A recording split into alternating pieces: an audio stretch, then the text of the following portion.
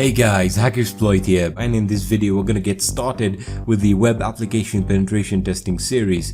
Alright, so a lot of you guys have been asking for this, mostly because you want to learn the art of bug bounty, and here is the series. So I've worked really hard on making it as comprehensive as possible. We're gonna get started with setting up Burp Suite. So for those of you who don't know what Burp Suite is essentially an integrated platform for performing security testing of web applications. Alright, so the first thing you need to understand is that it will allow us to intercept the data being sent between your browser and the web application. So it's a great way of understanding how data is being transferred and how data can be manipulated between the client and obviously the web application. Okay, so the tool we're going to be using, as I said, is Burp Suite, and I'm currently running ParrotOS. So don't worry if you're running Windows or Kali Linux, it doesn't really matter. All you need to do is just download and install Burp Suite. It's pretty simple to get set up. You don't have to register.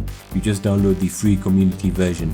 Now, obviously down the line, you might choose to buy the professional version, which I do recommend and I have used, but I don't use it as often. I'm not specifically a web penetration tester. I'm more of a web server penetration tester. So I really work with a different vector. So by default you can choose to buy it. That's once you become experienced and you've chosen whether this is the path that you want to pursue. It's a fantastic path. I know a lot of people who make good money with bug bounty, so it's something that you can look into as well. Alright, so let's get started with setting up the proxy. Alright, so this is the intercepting proxy that allows us to obviously intercept the data being sent to and from the client and the web application. So to do that, we can just do it through Firefox. So the browser I'll be using is Firefox. You can use whatever you want, and by default you want to go into your preferences. That can be found here, preferences, there we are, and you want to go all the way into the bottom here, that way it has the network proxy, and make sure you go into settings and you want to go into manual proxy configuration. Alright, so this is where you're going to configure it to be the local host with the port set at 8080. Alright, and then you want to make sure that you use the server proxy for all protocols. So that is the proxy we're going to be using, and just hit OK. Alright, and once that's done, you should be good there.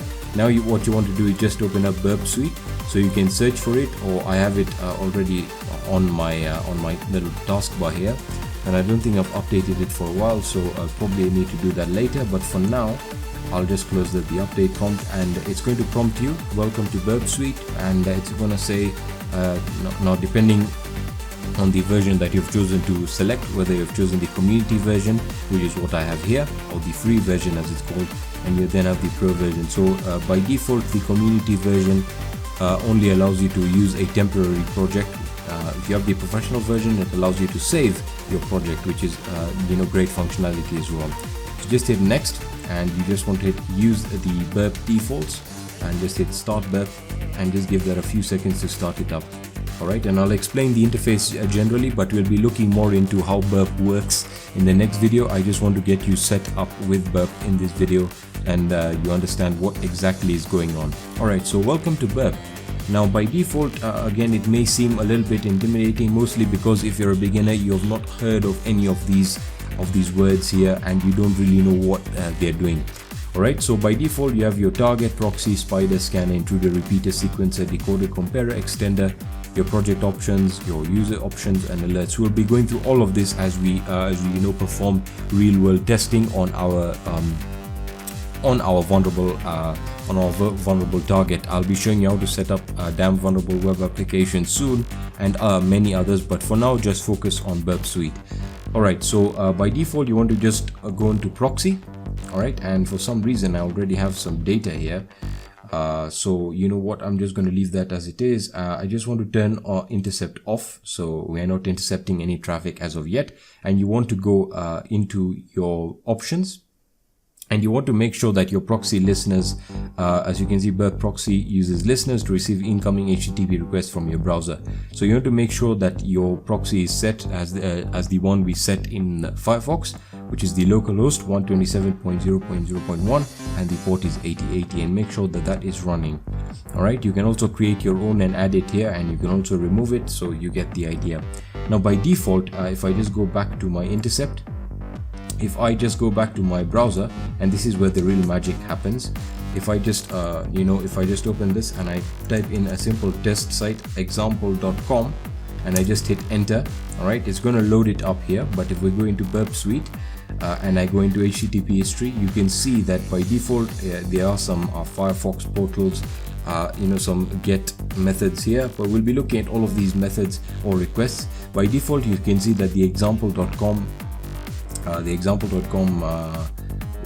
URL that we entered, you can see there is a get request, and furthermore, if you go down to the bottom here, you can see there is some more information regarding what a request was sent to the web application.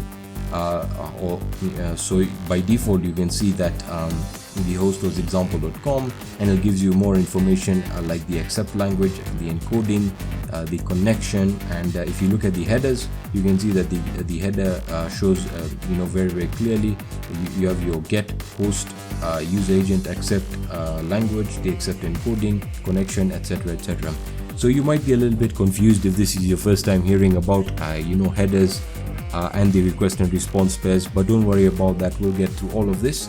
For now, if I just go back into intercept and let me just open up my browser here, and we open something like my website, which is hexploit.com. So before we do that, I just want to hit intercept on. Alright, so now it's going to intercept actively, and we're just going to hexploit.com and I hit go. Alright, now by default it's going to tell me that essentially that my connection is not secure. Don't worry about this. Just go into your and just add this as an exception. There we are. I'm going to hit confirm exception, and now it's still not going to load the website, and the reason being is we've not forwarded the requests and they are being intercepted by Burp Suite.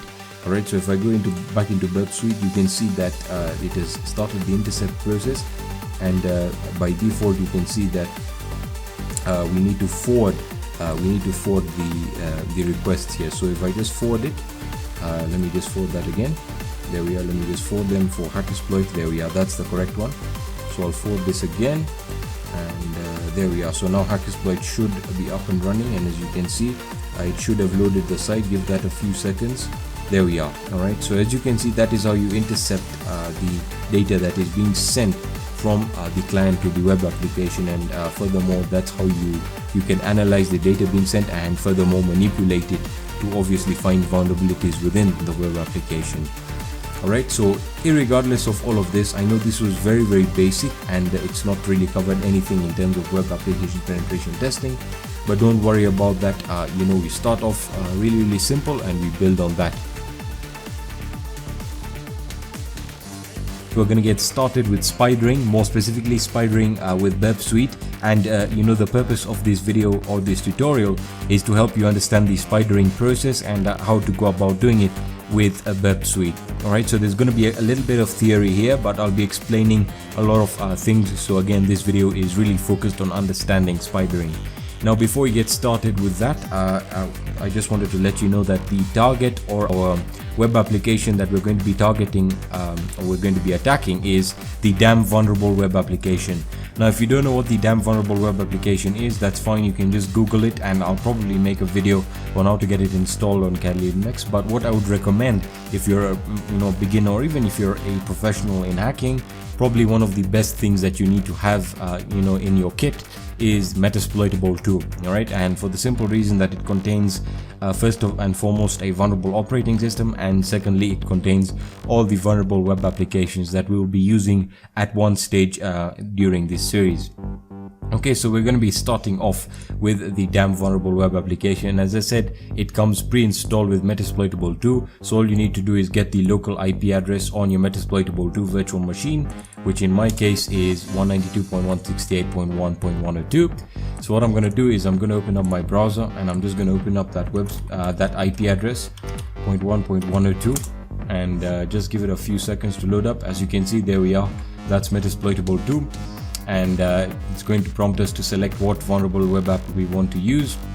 In this case, we're going to select the DVWA which is the damn vulnerable web application. So just click on that, and now it's going to ask you for your admin and password.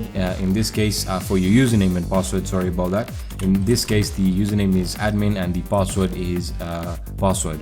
Alright, so just hit login, and it's going to log you into the damn vulnerable web application. Now we'll be looking at this at a more at a later video, and the reason is we have to go through all of these options. But for now, if you go to the if I can just remember where it was, if I can just go to the security, so to the damn vulnerable web application security. At the moment it was high because I was actually performing some tests on it, but just change it to medium or low. But for now you won't be using it. I was just letting you know what web application we're going to be using. Alright, that being said, let's move on to Burp Suite. Alright, and I can start explaining the spidering process. Alright, so let me just open up Burp Suite. So I've updated it to the latest version. I think I'm running Canada Next now. In the previous video I was running Parrot, so I think there should be an update, but I could be wrong. So let's just give that a few seconds to start up. Yeah, there is an update, so I'll do that later. And we'll just click on create our temporary project and use the Burp default and start Burp. Okay, so whilst that's starting, let me explain what spidering is. Alright, now the purpose of spidering is to identify our scope, alright, or what we want to scan. Now this is not exactly scanning, and we'll be looking at scanning, but essentially spidering is the process of mapping out our web application, and is very useful for finding links and web forms, which is also very important because it will allow us to then furthermore attack the web forms, manipulate headers, etc, etc. Alright, now when you talk about automatic spidering with Burp Suite, it's essentially when Burp is spidering, it follows links, and it'll start following links, and it will start identifying files, folders and forms from the web application. And it will the great thing about this is it will record all the requests and responses while it's performing the whole spidering process. Okay, so once you have a Burp Suite opened up here, you can, let me just expand it so we have a greater picture of what's going on exactly. Sorry if my virtual machine is a little bit slow. I need to configure it correctly. Anyway, what you want to do is, we've looked at the proxy section. Let's look at the spider section. And in here, this is a very simple menu, and to understand it, you can see that we have two tabs available. We have the control tab and we have the options tab. Alright, the control tab, essentially, if we look at it, as you can see, these settings are used to monitor and control the Burp spider. So it allows you to start and stop the Burp spidering, and you can also clear the queues. Alright, when you look at the options, which is right here, sorry about that. When you look at the options, there are a lot of options. We'll be looking at them in a second. Sorry about that. I actually got an email. Apologies there. Let's get started now with the control section. So the control section, it allows we are able to control the spider status, where we can stop it and start it, and furthermore we can clear the queues that already exist there. Alright, we then have the spider scope, where we can define our own scope depending on what we want to spider. We'll look at that in a few seconds.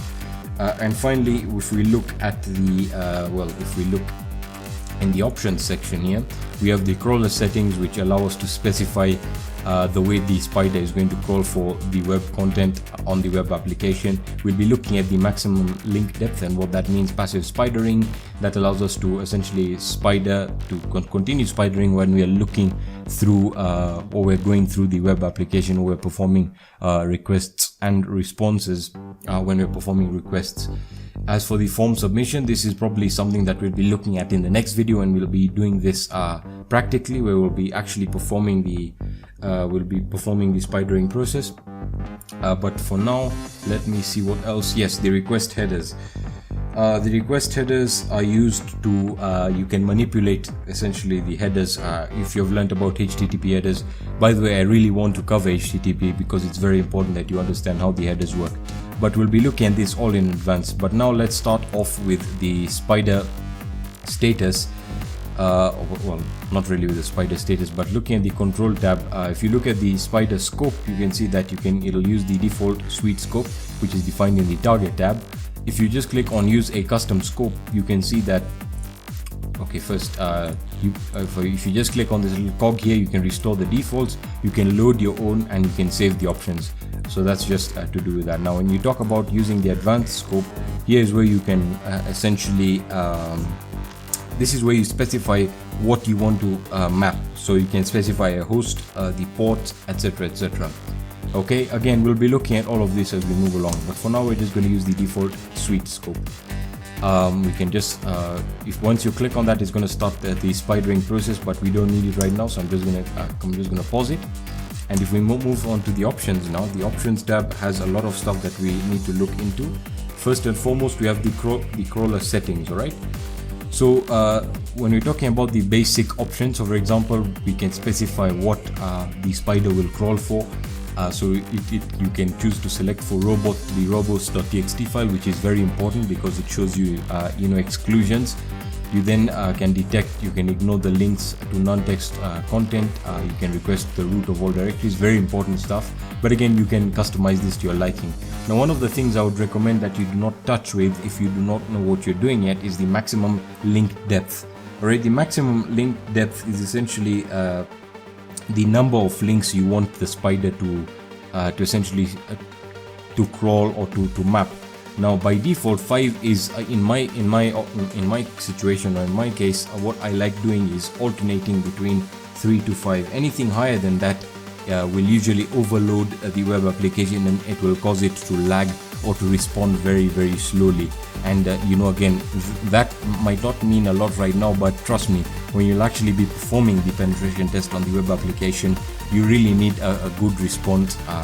Otherwise you have your time to live, etc, etc.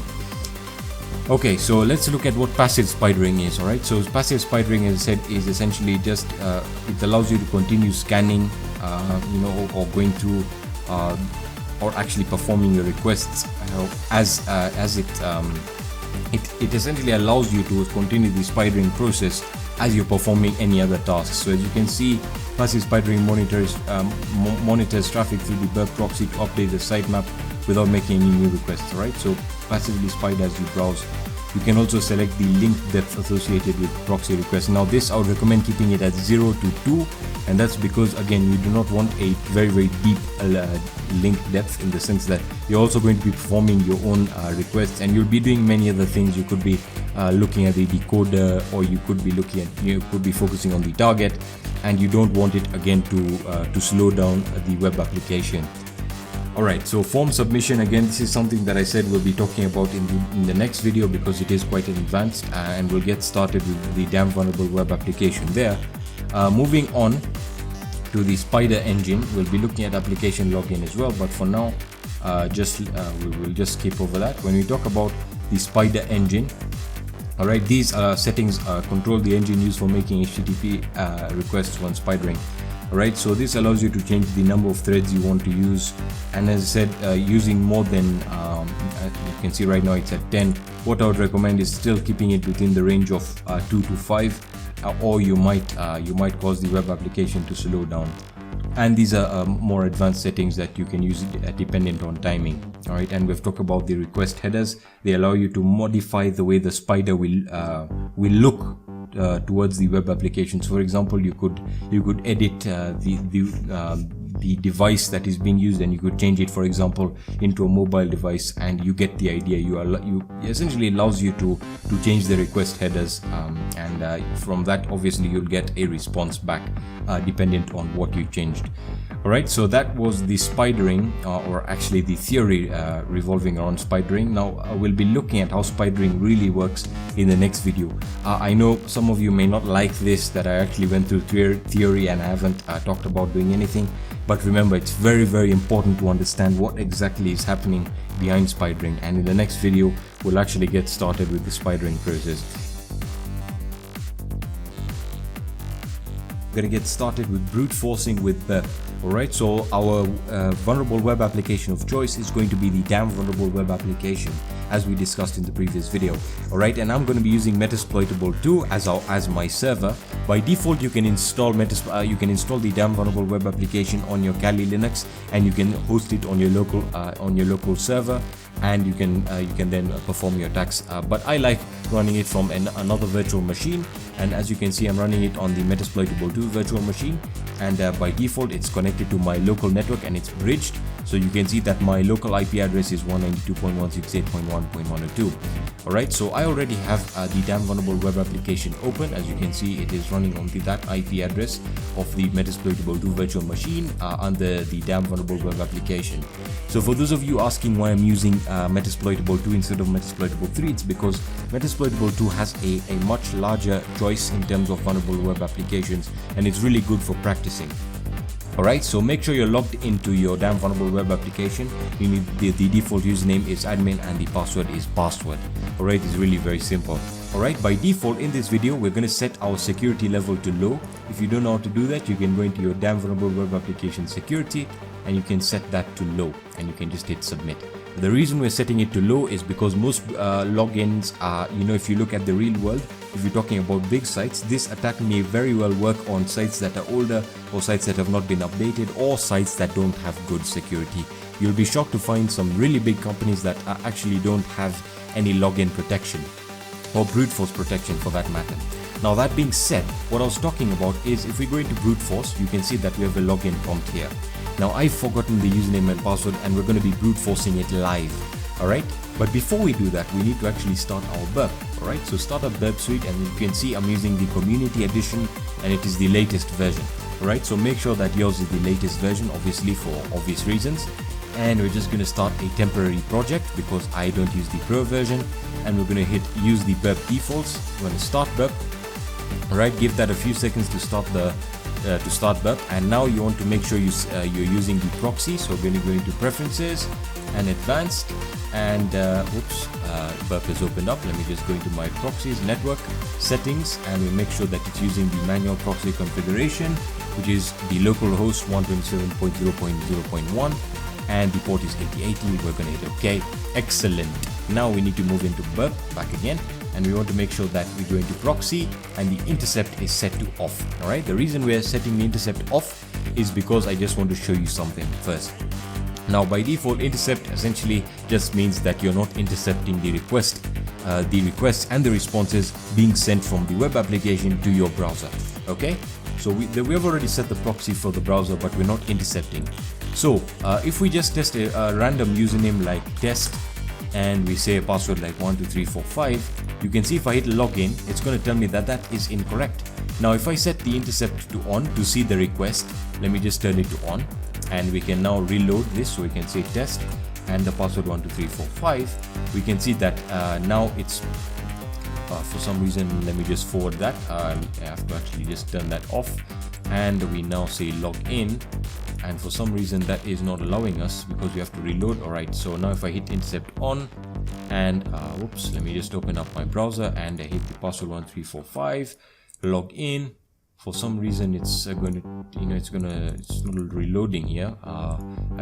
There we are. Alright, so I've reloaded the page, and as you can see now the intercept is on, and if we go back to burp, you can see that we got the GET request being sent by the web application.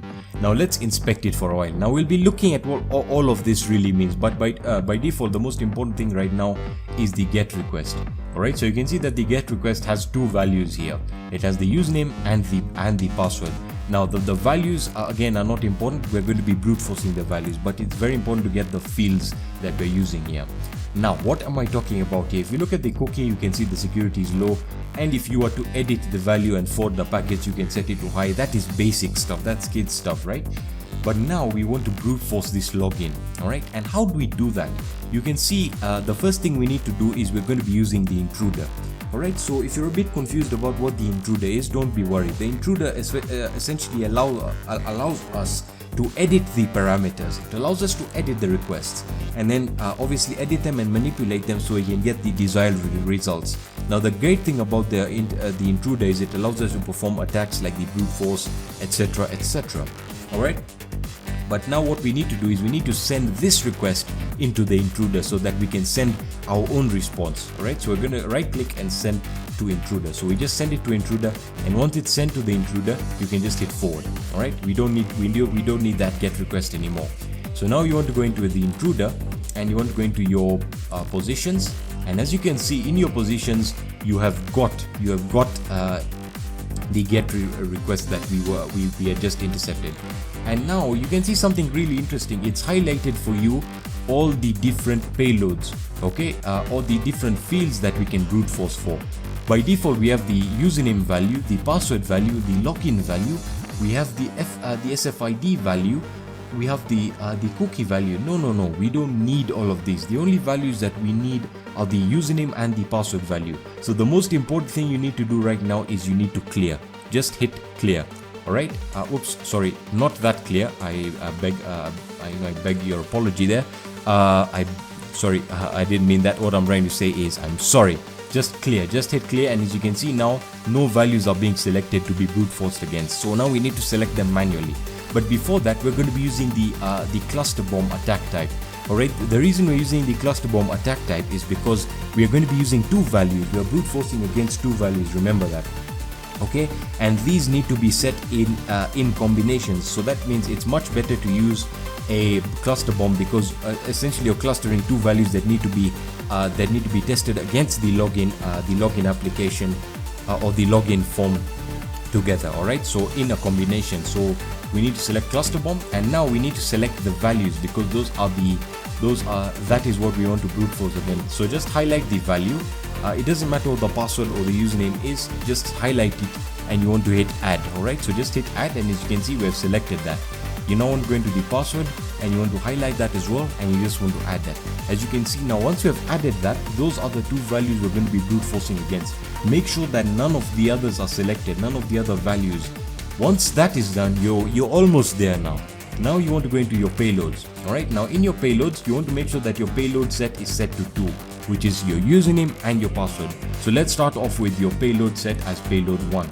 All right, as your payload type, make sure that is a simple list, because you can see we're only targeting usernames and passwords, so we don't need a runtime file, or we are not changing anything dependent on Unicode, etc. You get the idea.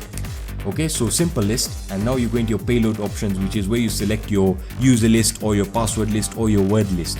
Now we are not using a word list, but if you want to, you can, if you're performing this on a real site, which I don't recommend unless you have written permission.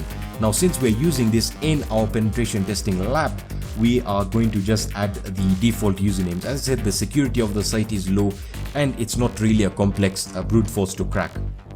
Okay, so what we want to do is we want to make sure we have set payload set to 1, which is going to be for our usernames. So now we can go into load, where you can load your default usernames and your passwords or your word lists, but by default we're going to add our own. All right, so we're going to say we're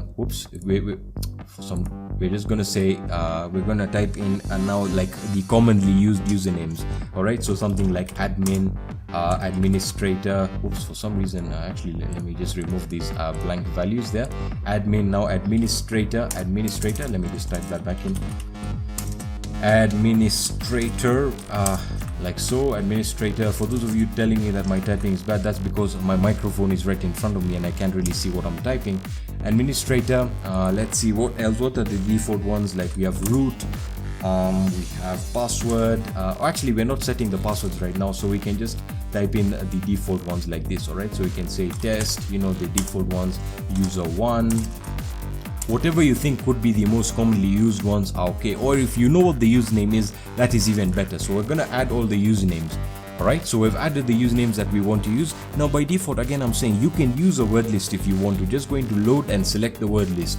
Now we want to select our passwords. Alright, so we can go into the payload set 2, and as you can see now we can add our own values. Now we can use the default word lists that come with Kali Linux. So if I go into my root and I go into user, share, and we select word lists.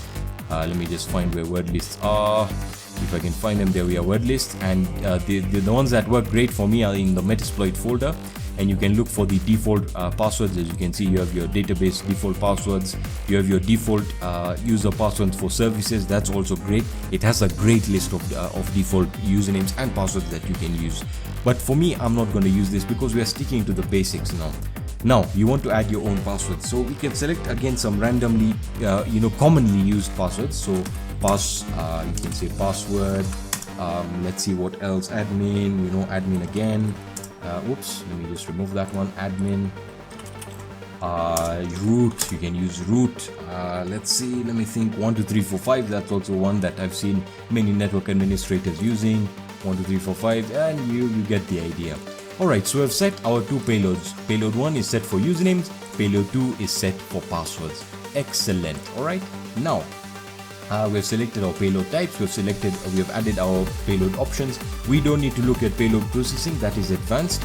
Once that's done, what you want to do is go into intruder and start the attack. Alright, and now it's going to tell you that the community edition of Burp contains a demo version, but it's essentially telling you that the process is going to be slow. Alright, so we're going to hit OK, and it's going to start the attack. As you can see, it's going through all the combinations, and as you can see, the combinations that we have here are 25, and it's going to go through all of them. Now, one great thing that you need to do here, or one important thing that you need to do, is you need to understand the status codes that the server or the web application is sending back. Now, that's a good way of understanding what password is correct and what username is correct and what password is not correct. Okay, so if we look now at the results, as you can see that it's finished, it's gone through the brute force attack. We check the status is still the same. We have a status to 200. If we look at the length, all right, the length is going to be still the same, but you have to look for things that are not matching. So for example, you can see that the length here that was returned was 4948, and it's not following the format of the others. So that means that this could be the username and password. Don't worry about the status will still remain the same regardless of that. But when we'll be looking at advanced server penetration testing, that's something important. So you can see that the get that we've got here is very important. Now if we look at the response that will be sent, right there you can see the response, and if we render it, you can see that if it was successful, it will tell us that we have logged in successfully. So let me just browse down all the way. As you can see, welcome to the password protected area admin. And there you go. That is the username and the password. It is admin and password. Now again, this was really simple. Again, you can increase the security if you're practicing on your own, but you can see that this really works, and this is how to utilize Burp for advanced stuff like brute forcing. Now again, most of the advanced websites nowadays have great content management systems that have the security plugins that essentially prevent you from brute forcing or lock you out. But most of the older sites, you'll be actually quite shocked to find out that their brute forces, their login forms, sorry, are not protected. Now we have already logged in, and you can see that the default username is admin and the password is password. Okay, so you can look at the raw HTTP here. You can look at the request and the response. You can look at them and you can inspect them if that's what you do, and you can look at the headers, what's being sent, all that good stuff. But that was going to be it for this video. And now if we just go back into Burp, let me just go into my proxy, and I'm going to disable intercept, and we can try and log in here. So we know that the username is admin and the password is password. So let me log in, and welcome to the password protected admin area. Fantastic. In this video, we're going to be looking at selecting our Burp suite, our target in Burp suite, adding it to our scope, and then finally spidering it. As my vulnerable operating system, I'm going to be using the Matillidae, which comes pre-installed on Metasploitable 2. So you should download, well, I would recommend that you download Metasploitable 2. It's a fantastic option for any of you who are just getting into penetration testing. It offers multiple vulnerable web applications and vulnerable systems that you can practice with. So again, it's something that I really recommend. That being said, as you can see, I have the Metasploitable 2 virtual machine running, and I have already looked at my local IP address. You can do that by typing in ifconfig. That will display to you your current network interface and your local IP address, because we are doing this in our virtual penetration testing lab. Alright, so let's go back to Kali Linux now, and I'm going to open up my browser.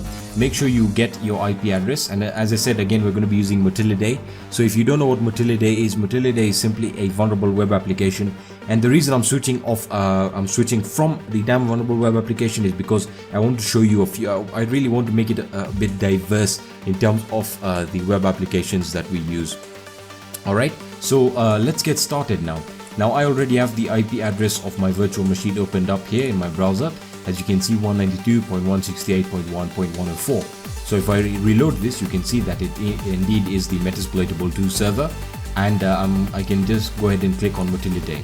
Alright, now what I should do now is go into my preferences. You can do that by opening a new tab. So let me just open a new tab here, going into preferences, and then selecting advanced and network, and finally settings. And then you want to make sure you select a manual proxy configuration, and then make sure it's using the localhost proxy, which is 127.0.0.1 port 8080, and hit OK. Once that's done, we know that Burp Suite can intercept. Not that we want to do that in this video. We just want to have a look we want to map the web application. Alright, so we're not going to change anything in Motility, but I'm going to be showing you some pretty interesting things in this video. So now we should start our Burp Suite community. Now I'm going to be explaining something at the end of the video that is really important, and it is in regards to the community version and the professional version of Burp Suite, and what the differences are, and why you will need at some point to get the professional version. Okay, so I'm going to select a temporary project. I'm using the community version as of right now. Hit next, use the Burp defaults, and I'm going to start Burp. Alright, so it's going to start Burp Suite, and let me just minimize the browser here. So give that a few seconds to start up, and once it starts up, what you want to do immediately is turn off the proxy. We want to stop the intercepting because we are not intercepting any requests or we are not intercepting any responses. So go back into your target, and now we can get started with actually reloading the page right here. So let's reload that, and we should be able to see what's going on, and we should have the site map. Alright, so let me just open up the Burp Suite here. Fantastic. Alright, so now you can see something very interesting has happened here. In our target and sitemap, we have the files that were discovered here. Well, essentially we have the web server that then has the Motility folder, which is our target. Now, before I get into any of that, the sitemap will show you the current sitemap. Obviously, a sitemap is essentially, sorry about that, a sitemap is essentially the structure or the format of the web page, and how the web page was constructed, and how it will function in regards to every other piece of content. Okay, so the first thing that we need to do, or we'll be looking at, is actually selecting our target, which in this case again is Motility, and you can do that by right clicking and hitting add to scope.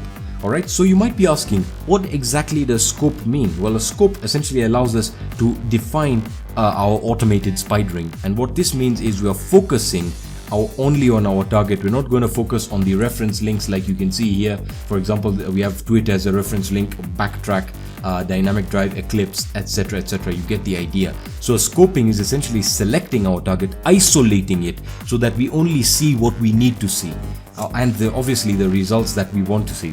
So I'm going to right click on Motility, and I'm going to hit add to scope.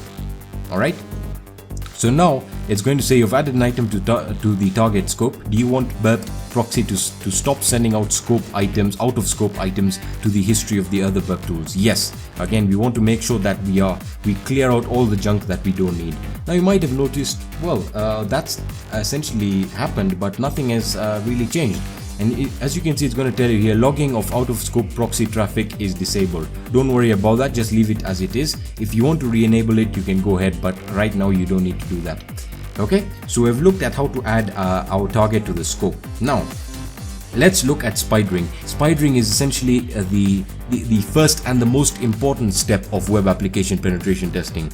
All right, it deals with, or it is in relation with footprinting, and this is why I bring the comparison from penetration testing to obviously web application penetration testing. It essentially deals with crawling through the website, and then it records all the files, the links, and the methods that it can get, and that helps us build an idea of how the web application is structured, how it works, and then finally we can learn how we can break through it. What we need to do is we need to spider our target. We have added it to the scope, which is great, and now we need to spider it. So what we're going to do is we're going to use spidering, and this will help us identify all the links and the parameters that we need. Again, as I said, it's like footprinting. So what you want to do is right click on your target, which in this case is Motility, and you want to hit spider this branch. All right, so I'm going to hit spider this branch, and now something interesting is going to start happening. As you can see, it's going to start getting all the links, all the resources that it can. and it's going to prompt you with here a submit form. Okay, now what you can do is just ignore the form. There will be quite a few. Essentially, these are default login forms where it's asking you to enter credentials that you might want to enter. Let's say you're performing white box penetration testing and you have the details. You can again log in like this and perform internal penetration tests. But we're going to assume that you do not know your penetration. You're essentially performing your penetration test on the security. So I'm going to ignore all of these forms. Okay, and as you can see, there's another one right there, and the spidering is probably continuing. Now if you want to view the status of the spidering, you can go into spider, and as you can see, you have your status of the spidering, and once it's done, you will see that the requests made will stop changing and the bytes transferred will also stop changing. So we can stop the spider. Now you noticed something, that we were faced with those form login prompts.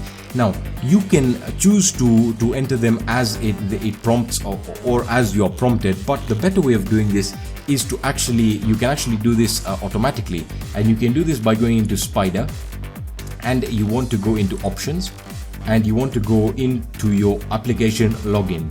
All right, now if you look at the form submission, it is essentially what it's doing is it's going to use the default form submissions that you would find in a database. So for example, you have male, first name, last name, surname, name, address. You get the idea. So those are default values that one would be expected to find. Now we're looking at the application login. As you can see, its option is set to prompt for guidance. We want to change this to automatically submit these credentials. Now in here you can enter default credentials, or if you have an idea of what the credentials you might expect to find. Now this is where creativity and sheer information gathering comes into play. So if you knew the default usernames and passwords, you can enter them here. Now what I'm going to do is I'm going to enter a string that is well, I've used it before in performing SQL injection, and we'll talk about SQL injection because it is very advanced. If you know SQL injection, or you have an idea or experience with the databases, you might understand what this string means. All right, so for my username, I'm going to change that to admin quotation mark, and I'm going to say or1 equal 1 and 2 dashes. All right, space and a dash. Now you don't need to worry what this means for now.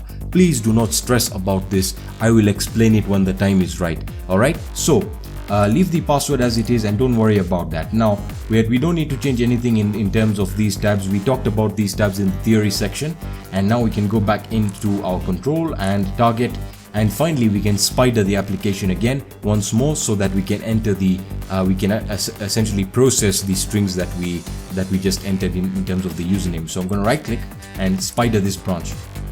Okay, so it's going to start spidering, and if we look at the spider, you can see that the spidering is complete, and you can essentially clear the queues if you want to clear them like so, and you can keep on running it depending on what you want to do.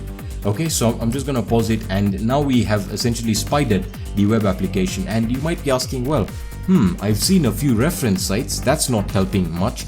We don't need twitter.com or sizzle.js. This might give us a basic idea of what types of sites are linked to the web application, but in reality you can see we have hackers.org. Not very important information at all. Now what if we click on the Mutilidae folder? Oh, look at that. That's really interesting. Now that is very, very important. What has happened here is it's given us the structure of the web application. This is vitally important. All right, now again, as I'm saying, you can look at how the website or the web application is structured. So in documentation, you can see, you can go ahead and read the documentation. You can look at the images that the website has, the styles, so you can inspect the entire site and understand what exactly is going on here, or get an idea of what the person who developed the website was thinking. And then finally, out of experience, or as we'll be looking at, out of knowledge, you can actually understand how to exploit a system. And that's where we'll be talking about discovering hidden files like admin pages, login pages, that really juicy stuff. And we'll be talking about that in the next video, and that's because Burp Suite Community Edition does not support or allow you to use that feature. So what I'm going to do in the next video, I'm going to be using Burp Suite Pro, and I'll also show you an alternative program. I'm sure you've heard of it, that also works on Windows. Of course, Burp Suite works on Windows, but I'm not really a Windows fan when it comes down to penetration testing. So that being said, we have essentially spidered the application. We have the structure of the web application, and now we need to look at something also very interesting, as we have already talked about it. Let me just let me just show you how to get rid of all of these reference links and to essentially show the items in the scope only. So what you can do is just click on filter right here. This little bar here is the filter bar. So click on it, and it's going to show you, bring up this small little window, and you want to focus on the filter by request type and make sure you check show only in scope items. This will essentially filter all the results to show you only links, resources or files that are within the scope. So once that's done, just click back on the filter, and as you can see, it has got rid of all the junk that you do not need whatsoever. And now you can essentially look at the requests and the responses and analyze them accurately, defined to your scope. And this will essentially it will stop confusing you. I've seen many beginners make this mistake where they don't define their scope, they do not know what their target is, and they're getting links that do not even relate to the website that they're trying to perform the penetration test on.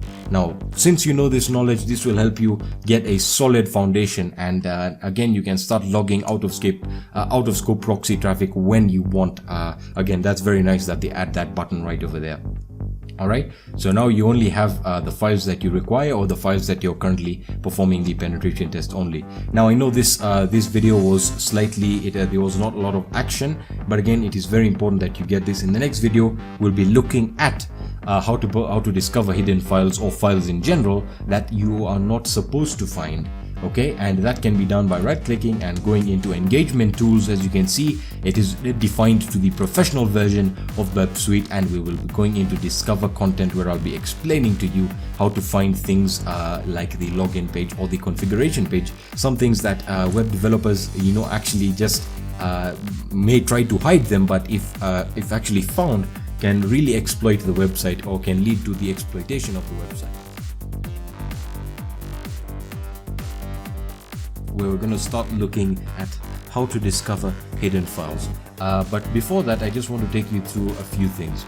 Alright, so let's start off with what OWASP is, or OWASP. Alright, so what does that mean? Well, essentially what it means, or what it stands for, is the Open Web Application Security Project. Alright, and its goal, well, essentially it is a non-profit organization whose goal is focused on improving the security of software. Alright, so its job is to improve the security of software.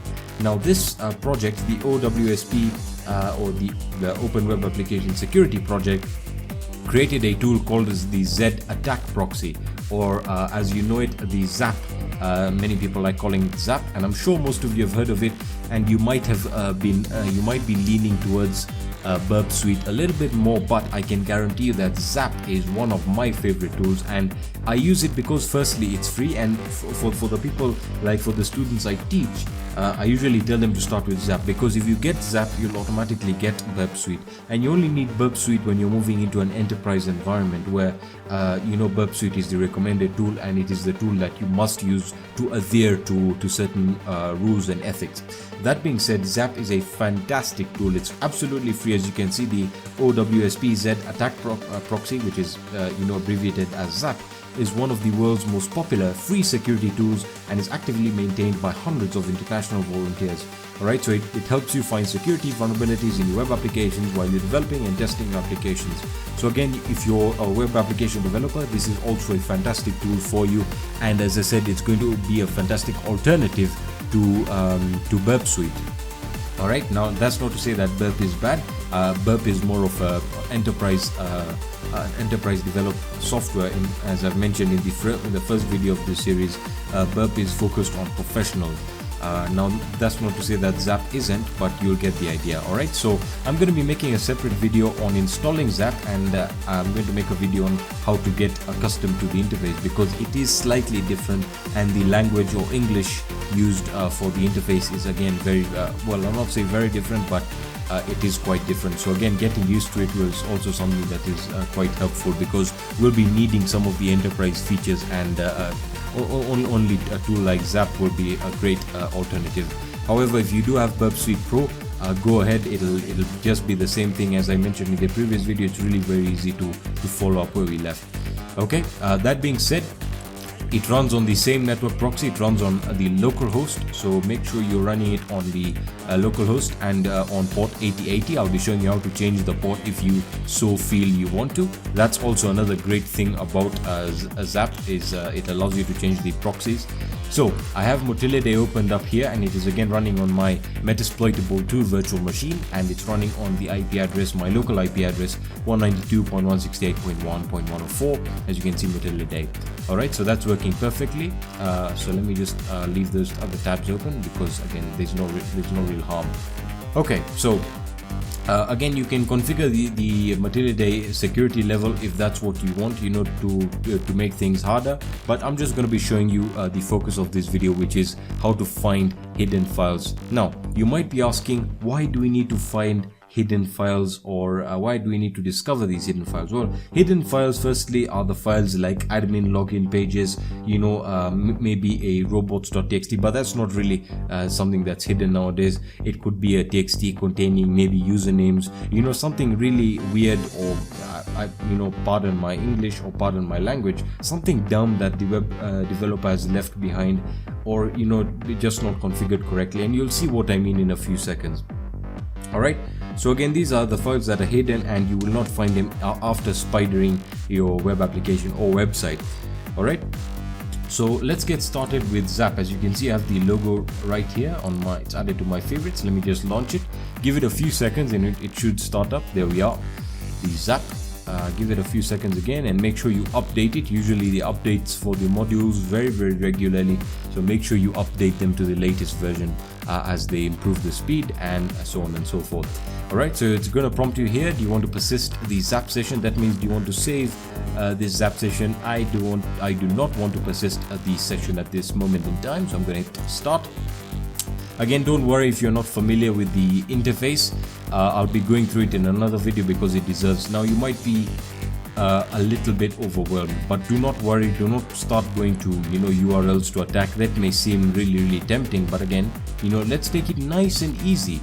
So let's talk about the proxy, how to change the proxies. So to do that, you can go into your cog right here, as you can see, or you can go into tools and go into options. All right, but I like going into this little cog here, and once you press on the once you click on the cog, let me just enlarge that. You'll see that you have this huge menu, and again, as I said, Zap is a really advanced tool, and in some cases it can totally replace Burp Suite. Now, looking at the proxies, you want to go for the local proxies right here. It's obviously starting with L, so local proxies, and make sure that the address is hosted on localhost. And you can change the port if you're using Burp Suite and stuff, like if you're using both the applications at the same time, or you're running something on localhost already. So you can change it to something like 8081, whatever you feel is comfortable for you. Okay, so that's how to change your proxies. And if you're running behind a NAT, you can also check this, and you should be good there if you don't find that the proxy is working. So just hit OK. Alright, now you see that there's we are not going to be looking at intercepting right now, but we'll be looking at that in a few probably in the next videos, the advanced videos with Zap. Alright, so let me just reload the Motility page, and as you can see, I'm running the proxy, so I'm just going to reload the page, and as you can see, we're not intercepting actively. So oh, what's this? Well, we got some files here. Let me just reload the page one more time, and there we are getting some results. So we get the IP 192.168.1.104, that's the server, and if we just click on this drop down here, we get the get request. So you can analyze the get request if that's what you want. So you can right click and then analyze. Alright, now we'll not be looking at that right now because I want to focus on finding or discovering the hidden files. So what we'll do is we want to click on the Motility folder. Now, one of the great things I like about Zap is it already gives you the file structure or the website structure immediately here. Alright, so you can see you have your images folder, which has the images there, you have JavaScript, styles, and all the resources in regards to the website that it could find naturally. Alright, so if we just look at the bottom here, you can see that it's showing you a timestamp with the method, the URL, and it gives you the code, which means the page is in this case the 200 code means the page was found, you have the reason, you have the RTT, the size, the alert. As you can see, it's telling us we have a high alert here. Now don't worry about that. Again, these are things that will really be tempting, but again, let's take it slow. Alright, so the first thing you want to do, or you need to do, is to right click here and you want to go to attack and hit spider. Alright, so we want to spider the website or the web application and start scan. Do not touch anything here, just make sure it's using the appropriate server address and just hit scan. Alright, now it's going to spider the entire web application and it's going to give you a little progress bar here. You can pause it or stop it, which is also great to see. At the bottom, you should have also noticed that you have your tabs here that work really well. And as you can see, the website now is completely spidered, and if we just check all the files that we can find now, you can see that we have some more JavaScript files, and essentially what's happened here is the entire site has been spidered. Okay, now we already did this with Burp, and you're probably really bored of this right now. So what we're gonna do now is we need to start discovering the hidden content. Right, so let me just close all of this up. There we are. Fantastic. Now let me just open that up and let's go to Matildae. Oops, my bad, sorry about that, guys. And we want to right click on Matildae and you want to go to attack and you want to go to forced browse directory and children. That's very important. Forced browse directory will not display everything. We'll also be looking at fuzzing, but that's for later. Alright, so you want to make sure you hit forced browse directory. Just click on that and it's going to open up this tab here. So you can see we had the spider tab open, which you can close if you're not using it, which is also great. I really like the management of Zap. You then have output. For your outputs, alerts, as you can see, you have some alerts here that will alert you on some potential vulnerabilities. So for example, application error disclose, you have some cookies, no HTTP flags, so again, awesome stuff there. We have the get request, all that good stuff, which is again focused on a different type of attack. And as you can see, by default, we've got the robots.txt here, which you can analyze if you want to. By right clicking and going ahead and doing that. So you can copy the URL to the browser. So again, copy the URL to clipboard. All right, and if we just try and explore this, let me just paste and go here. As you can see, well, for some reason we are not actually getting robots.txt. Let me use the Matildae. Or actually, you know what, let's not do that right now because I really want to stay on topic here. So I'm just gonna go back into Zap again. I always love going off topic for some reason. Okay, so make sure you click on Matildae and you want to right click on it, and now we already did the forced browse. So right click, go to attack and forced browse directory and children. All right, now it's going to open up this tab here. And it's going to make you choose the site. As you can see, you have your site IP here. Now you need to select the default directory list. So it's going to use this list here, this default list that comes already with Zap. And now it's going to try and use it in a sort of a brute force way to try and detect the hidden files and folders. And once it gets the result, it's going to enumerate them. Okay, so now you want to right click again on it after you've selected the list and hit attack, and you want to go to forced browse directory and children. And once you hit that, it's going to start the process. Now again, this is going to take a long, not a long time, depending on the size of the website. If the site is huge, then again it's going to take a while.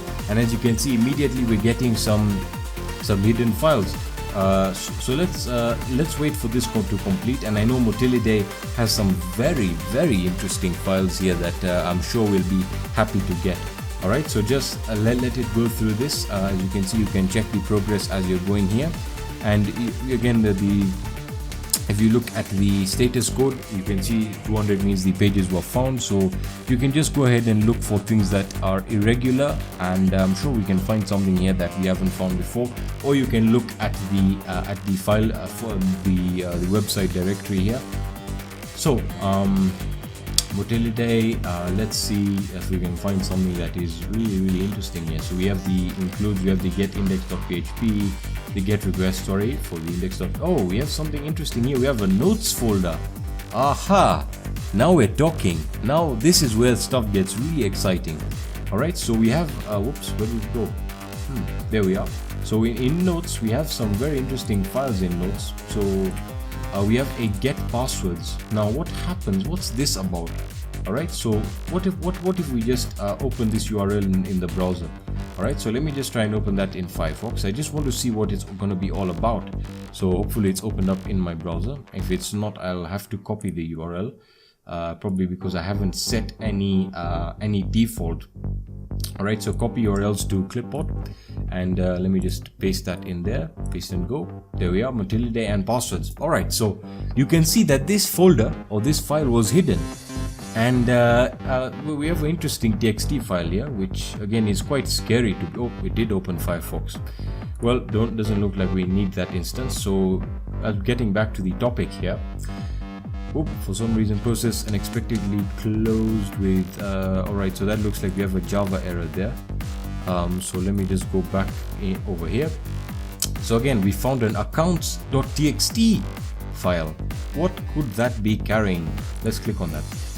Oh boy. So again, we have accounts here, and well, I'm pretty sure you would know what this means. This is just bad practice from the website developer, where he wrote notes, and essentially these are the accounts. Now let's see what else we can find. Let's see, accounts. Nothing interesting in accounts, because we now have the accounts, so that makes our brute force much easier. You then have let's see if we can find any passwords, if they were ever saved here. I'm pretty sure they are not, but let's look for some interesting files here that can be really interesting. You can look at the sitemap if you want to, so let's also copy that. Let's see if it gives us access to the sitemap. Also very important stuff there. Oh yeah, so the sitemap, for some reason we were not able to process it. Alright, let's look for some other files here. Let me just open up Motility again. So we have the get images. Let's see if we run the get images. Let's see what images we can get. Again, I'm going pretty amateurish on this. I'm just clicking on everything, but I'm just trying to show you the amount of files that you can find here. As you can see, immediately you can find the refresh button, you know, all the icons related to the website. You have the iHack banner. Oh yeah, hackers for charity, man. That's what I'm talking about. YouTube. Oh my god, what an old logo that is. You have the OWSP logo. Pretty cool. And yeah, so you get the idea. So this is how you actually go through a website and find files that could contain, you know, stuff that is quite interesting, to be honest. So let's see what else we can find. I'm just going to go through one more resource here that we've found. Oh, we have the get register. Oh, now that's what I'm talking about. Copy URL to clipboard. This is actually quite fun. This is why bug bounty hunting is. Oh yeah, now this is what I'm talking. We can actually register ourselves on the website. Now again, looking at the website from here, it doesn't look like we can we even register on this website? I'm not sure we can. For some reason it's not actually letting me scroll to the top, but hey, I don't really know what's going on there. So let's see if we can definitely log in and register. Sorry about that. We can register there. So yes, it is the register. It does exist. So that wasn't actually hidden, but it was hidden. It was hidden to the when we spidered the website. So that means indeed it was hidden for obvious reasons, because the brute force, for example, if you find the login, which is again here, and again, if this is hidden, you can imagine the damage that you can do. So again, you can log in from there. Set up database. Ooh, now that's interesting. For some reason you're not letting me copy. Alright, so looks like we got set up database here. So yeah, we can, okay, I do not want to manually edit the request. No, I do not want to manually edit the request. For some reason my keyboard is being pressed here. Oh, that's weird, man. Copy URLs to clipboard. Alright, sorry about that. My space bar was being mashed on by my tablet in front of me. Right, so let me just, there we are. So no PHP MySQL errors were resetting. So I essentially reset the database, and you can see the damage that this can do. So again, that is some good stuff that you can have fun with, especially with Motility. You can increase the security and find what other files you can find, you know, with Zap again, Zap is a fantastic alternative that you can use if you're not ready to invest in Burp Suite. That's totally fine. I used Zap for I think about 3 years, especially since 2014. I think I used it till about I think 2016 or 17, I'm not too sure, and it worked great for me. I really enjoyed it, and I'm just remembering how all the tools used to work. It was actually quite a user intuitive interface, because I just remember right clicking means you can copy the URL, you can inspect it, you can change the request, you can attack, all that good stuff, and it's sorted out really well. Alright, and you can look at the requests here, you can change them to whatever you want and then send them. You can intercept them. It essentially does whatever Burp Suite does. We're going to be looking at web application firewalls, or WAFs as they're called. Now, this may be a new term for you, and do not worry. This is now when we move into a more professional level, and again, this is what I've been talking about. Is most people out there, or most documentation out there, won't cover the most important industry standards. Now, when I'm talking about web application firewalls, what I mean is these are the protection or these are the mitigation procedures put in place to protect a web application from attacks, obviously. Now, as a penetration tester, or if you're looking at it from a white hat or a black hat perspective, from a white hat perspective, it's always important to have a web application firewall, and I'll probably make another video showing you how to set it up. It's really easy and it's free, and it'll probably remove about 20% of attacks. Okay, so that's if you're a white hat. Now, if you're a black hat and you're targeting or you're performing a penetration test legally on a website or a web application, usually what the employer will tell you is they'll give you a scope of the project, and again, they might give you the source code, etc. You get the idea. You have your white box testing, black box and gray box. But coming back to the firewall, most of them wouldn't know that there is a firewall, and that's because the person who set the website up for them in terms of hosting, or the web application for them, will in most cases on a professional level have a web application firewall. Now, you might be a bit confused and you might be saying, well, why is this important when performing a penetration test?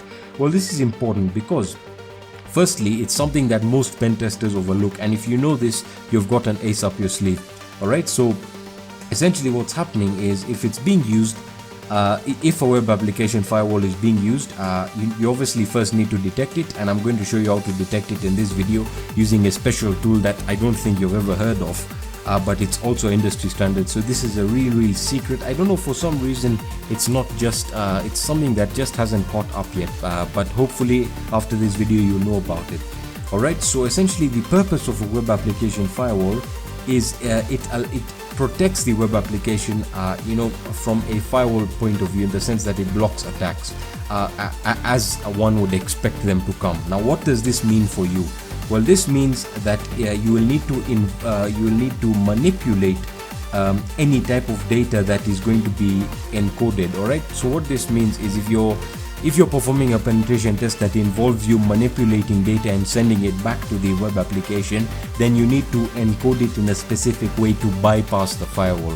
Otherwise, it will be blocked by the firewall, and I'm sure most of you have actually done this before. If you're just amateur penetration testers and you've just begun, you'll find that for some reason your requests aren't being processed, and that's because there's a firewall set up to prevent these malicious requests from being processed.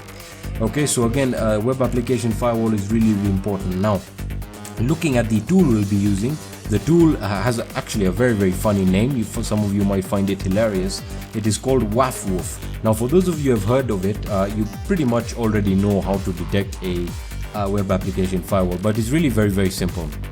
Alright, so just open up your terminal, and what you want to do is you want to type in WAF. Alright, so this is how it is going to be spelt. So it's WAF with two zeros, and the syntax is pretty simple. If I just hit enter, as you can see, WAF, a web application firewall detection tool. Alright, so credits go to the author. It's a tool that's been there since I think almost the last version of Backtrack and the first version of Kali. So again, quite an old tool. When I say old, I mean I mean that with respect, given the fact that it's really useful, and I've used it a lot because it saves you a lot of time. And what I'm talking about is, so let's say we want to scan a website. Okay, in this case I have my WordPress server running here, and as you can see, the site is being hosted on 192.168.1.101. Alright, so I have that IP opened up in my browser, and as you can see, it's a WordPress site, and this site is vulnerable, and this is what we're going to be performing later on the penetration tests on. But for now, we want to find out whether it has a firewall. Now by default, I know it doesn't have a firewall, but let's see what wafwoof would tell us. Alright, so the syntax is very simple. As you can see, you just type in wafwoof and you enter your URL or your URL, so you can enter as many as you like. Okay, so it'll give you an example there of how to go about it. Make sure you enter your HTTP or HTTPS protocol, and we just let's try that out. So wafwoof, and we specify our protocol, HTTP in this case, and the IP address 192.168.1.101. Alright, now in this case, I'm pretty sure that it won't detect any web application firewall. So let me just hit enter, and as you can see, no web application firewall detected by the generic detection. Alright, now this is very, very advanced, and this tool is an industry standard. And if it does tell you that there is no web application firewall, then by all means I can guarantee that it does not have a firewall. Now let's look at one of my sites that I currently own. It's a site that I use. It's actually my web development company that obviously we use for web development. Now I've protected this site with a web application firewall provided by Cloudflare. Now for those of you who are web developers, and when you're performing your hosting, you know that using Cloudflare is awesome because it allows you to optimize your site for speed. It allows you to purge assets and make your site faster, protect it, and again protect it from DDoS attacks, etc, etc, all the good stuff. So let's see if it will actually detect this. So I'm going to type in wafwoof. I know that name is really, really funny. The protocol is HTTPS like so, and I'm going to specify the site, which is elgonstudios.com. all right, elgonstudios.com, and if I hit enter, as you can see, it's going to start checking the site. Give it a few seconds. It shouldn't take a lot of time, and as you can see, the site elgonstudios.com is behind Cloudflare. Alright, now what this means is that most of the attacks that involve manipulation of data will be in some way blocked, and you won't get your response back the way you wanted it, and the render won't be the same. Alright, now again, as you can see, it's detected that it is behind a web application firewall. Now the next step is how to encode these, encode your requests that you're going to be sending to the web application, and that's what we'll be looking at as we increase the security level using the damn vulnerable web application. Alright, so I thought this is something that I really need to share with you. Again, it's going to really help you, and I promise you this is something that if you go for a job interview or you're performing a penetration test for a company, this is something that most of the network or systems administrators are very keen on. They want to know whether you really know your stuff and whether you're really up to date with how to detect, first of all, because information gathering is really important. And as you can see, this tool is fantastic, and once you know there's a firewall, you then have a better idea of how to target, and you won't be wasting time. Again, that's something that most of the amateurs or beginners do. They waste a lot of time trying different commands that they've seen, but they see that it doesn't work, and they're like, how is this possible? Am I doing something wrong? The truth is the web application is probably well protected. So again, do not use this for any malicious purposes. Again, this is simply an information gathering tool. I'm going to be showing you how to use Dirbuster to discover directories and files on a website or a web application. You might be asking yourself, what is Dirbuster? Or if you haven't heard of Dirbuster, let me explain it to you. Alright, so Dirbuster is essentially a tool that was developed by OWASP, the Open Web Application Security Project, and essentially uses brute forcing to find commonly used directories and file names on servers. Alright, so this tool is extremely useful for those of you who are doing CTFs or for those of you who are bug bounty hunters, because essentially it allows you to understand the structure of a web application or a website in terms of the files and directories and how they are structured.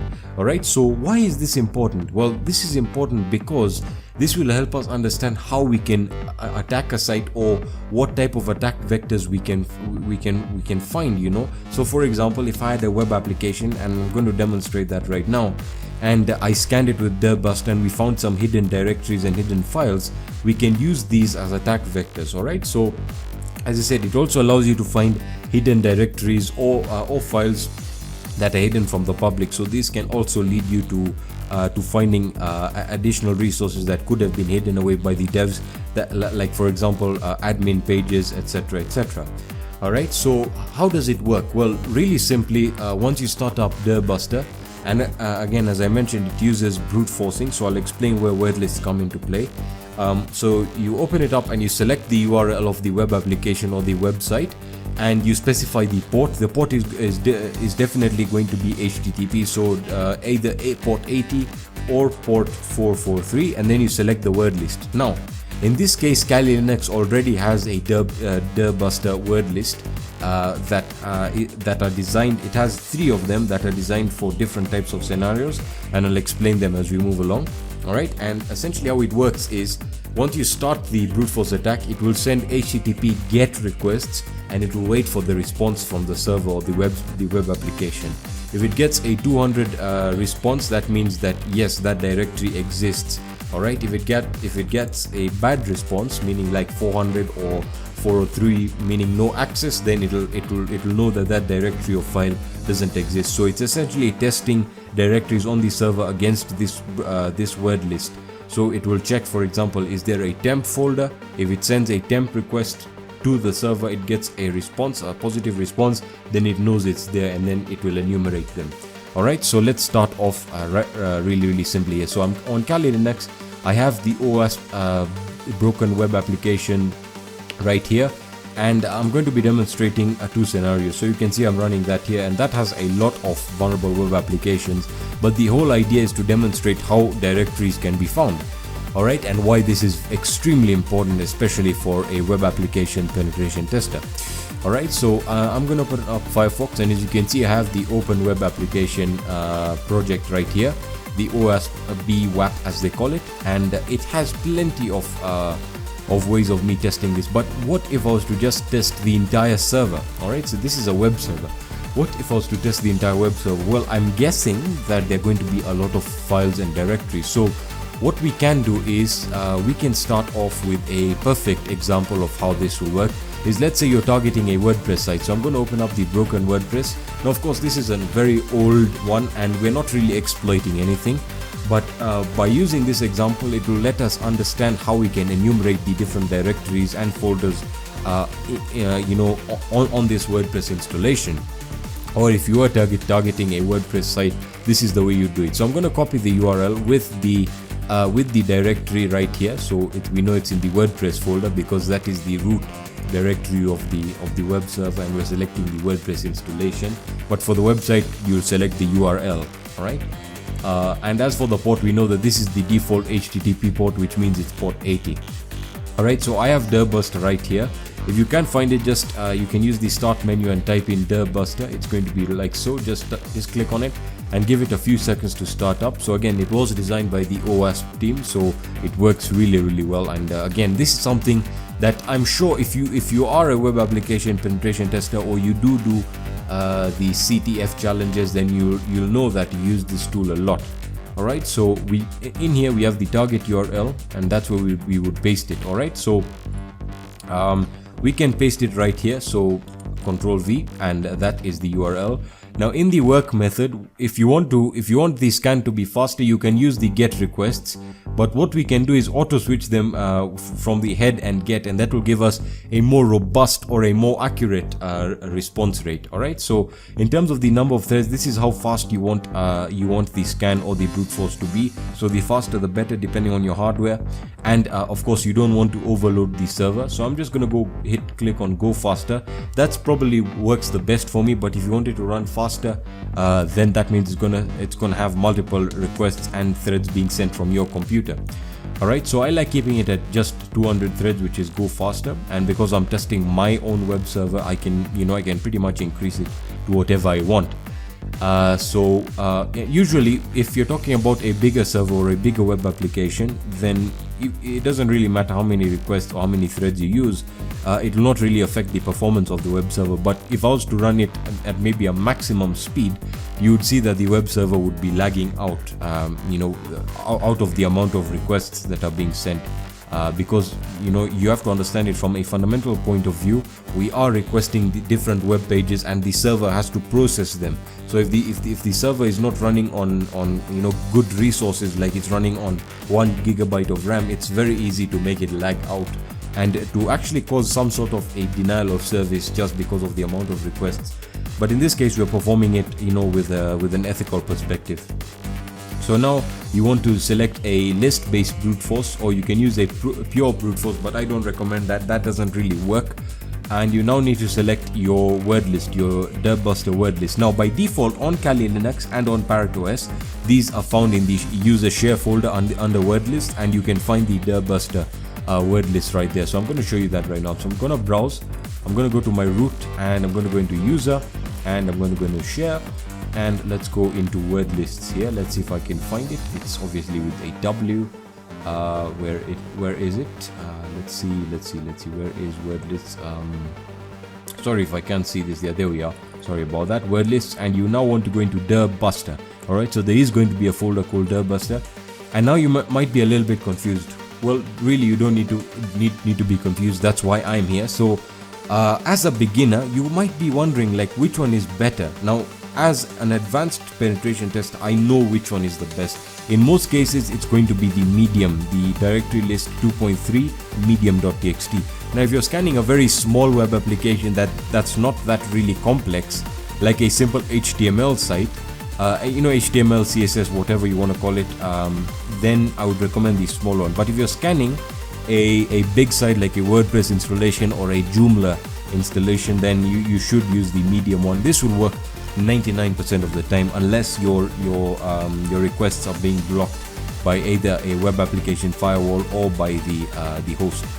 So I'm just going to select list, all right, and now in terms of these other options, you can see it's going to essentially brute force the directories, the files. It's going to be recursive, which is great, and the directory, you must specify the directory if you are trying to perform a scan that is directory sensitive, all right. And standard start point, just leave it like that, and you now want to hit start. Alright, so once you start, it's going to start brute forcing the web server against, it's going to start sending the requests, and if it gets the responses, the positive responses, it's going to understand that yes, that directory does exist.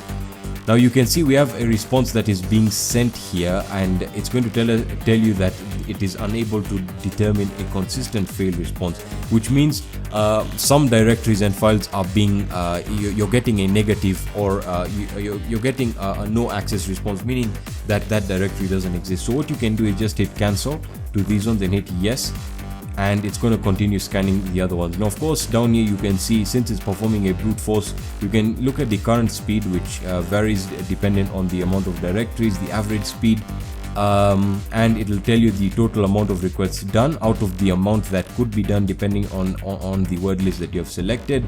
And finally you have the time to finish. Now of course this will vary depending on a lot of factors, but mostly it depends on the speed of the scan that you've selected and the word list.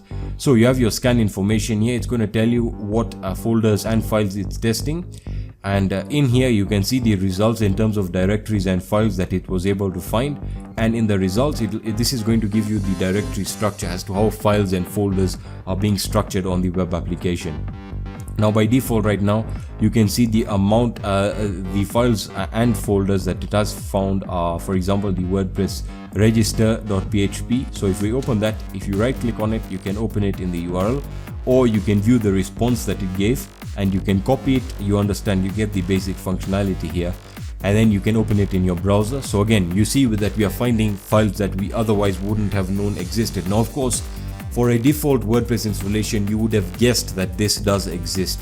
But remember, most people, for most other installations on configurations, this can be a great way of finding files and folders that you didn't know existed, and again, discovering them is very, very important, and this can give you different attack vectors. For example, if I went to the admin.php and it forced me to log in, that might be a good place to start brute forcing if I had credentials. If not, you can select another attack vector. So let me just move back here. You can see we have the register page here, which we just clicked on. Let's look at the WordPress login.php. So I'm going to open that up in the browser. Now you can see the server is not responding, and that's another point that I wanted to point out. If you want to be as right now we are being as promiscuous as possible, because it's not really a web application that is delivering service to other people, but because it's hosted on my local area network. So in this case, you can see we are performing a type of denial of service, and that's because the server, I've allocated very, very minimal resources to this virtual machine, so that's why it's kind of lagging out. All right, so that's something to take into consideration. Now if I was to pause the attack like so, if I was to just pause it, remember you can pause it and you can stop it. And let me just go back here and let's see if we can reload these pages. They should be able to be reloaded quicker now. And let me just load that up, and we can close this one. Let's see if the WordPress register page does open up. If this virtual, yeah, there we are. So you can see, even though this is a very old WordPress installation, that we were causing it to lag out. So always keep that in mind, that the amount of threads that you select can affect the performance of the website or of the web application, and you don't want to cause any impact to customers if you're performing the test on a real world working web application or website. All right, just something you might want to take into consideration. So we're going to resume it, and of course I'm not going to expect to find anything weird here, although this WordPress installation is designed to be vulnerable. So you can also change the number of threads running right here. So if I wanted it to run maybe on 10 threads, which is quite slow, that means you'll get the enumeration process will take longer.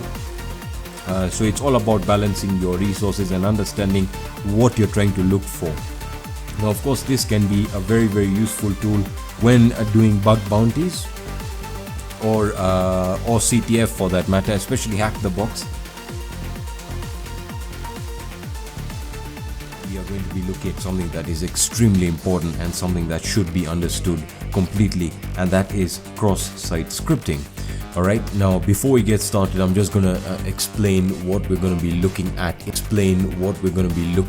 in this video. We're going to start off with explaining what cross-site scripting is. I'm going to be showing you the environment that we'll be using for testing any of these attacks, just because they allow us to illustrate, or they allow me to explain how everything works, because that's the most important thing for me, is that you understand what you're listening to and you have a good representation of what's going on. All right, so I'll be explaining reflected, stored, and DOM cross-site scripting. All right, so let's get started with me explaining what environment I'm currently running. So you can see that I'm running Kali Linux right now, but I am going to be using the OWASP Broken Web Applications project. So I'll have this in the description section. It is essentially a virtual machine that you can easily just run on VirtualBox or VMware. I'm currently running it here. As you can see, I just got the local IP. It's 192.168.1.111. All right, so I have that running, and I'm running this on Kali Linux, and I already have opened up the URL in my browser.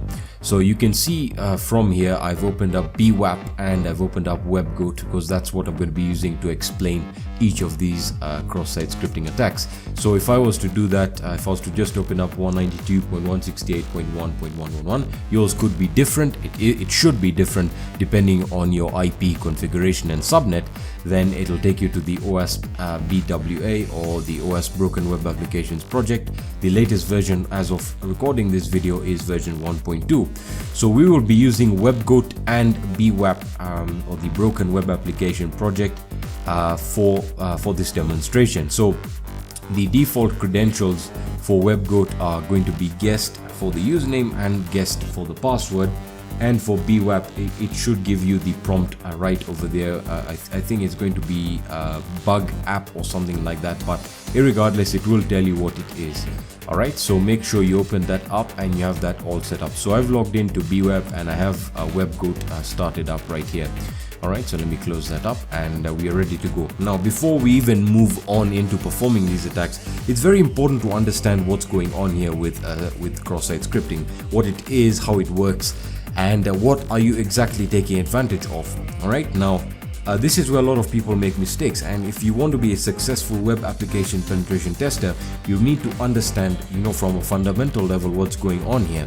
Alright, so let's get started. What is cross-site scripting? Well, simply put, it is the process of injecting a script into the parameter in a URL to attack a user of the site, or to potentially attack the server side of the website or the web application. Right, so it essentially is the injection of a script into the parameter of a URL.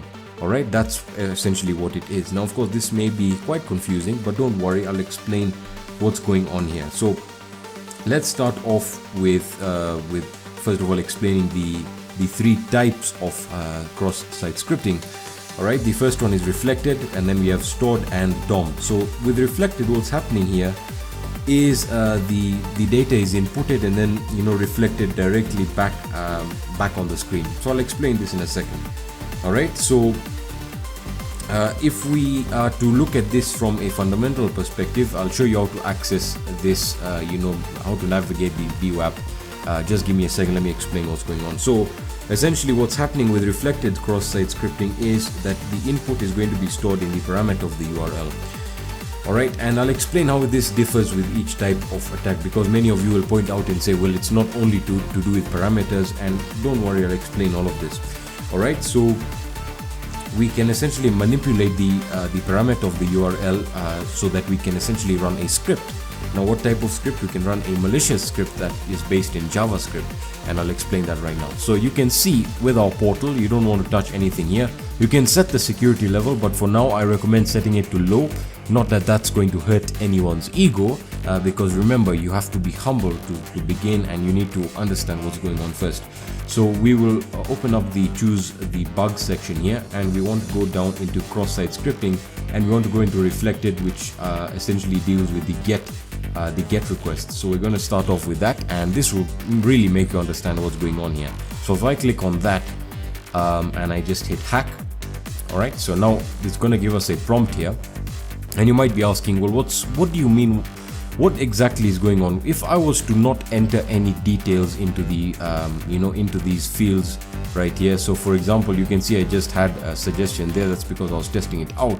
But if I was to hit go, you can see that in the URL we do have the input here. So you can see the values can be edited directly into the form. So you can see first name has the no value, and then we have the last name, which again has no value, and you can see that it is submitting a form.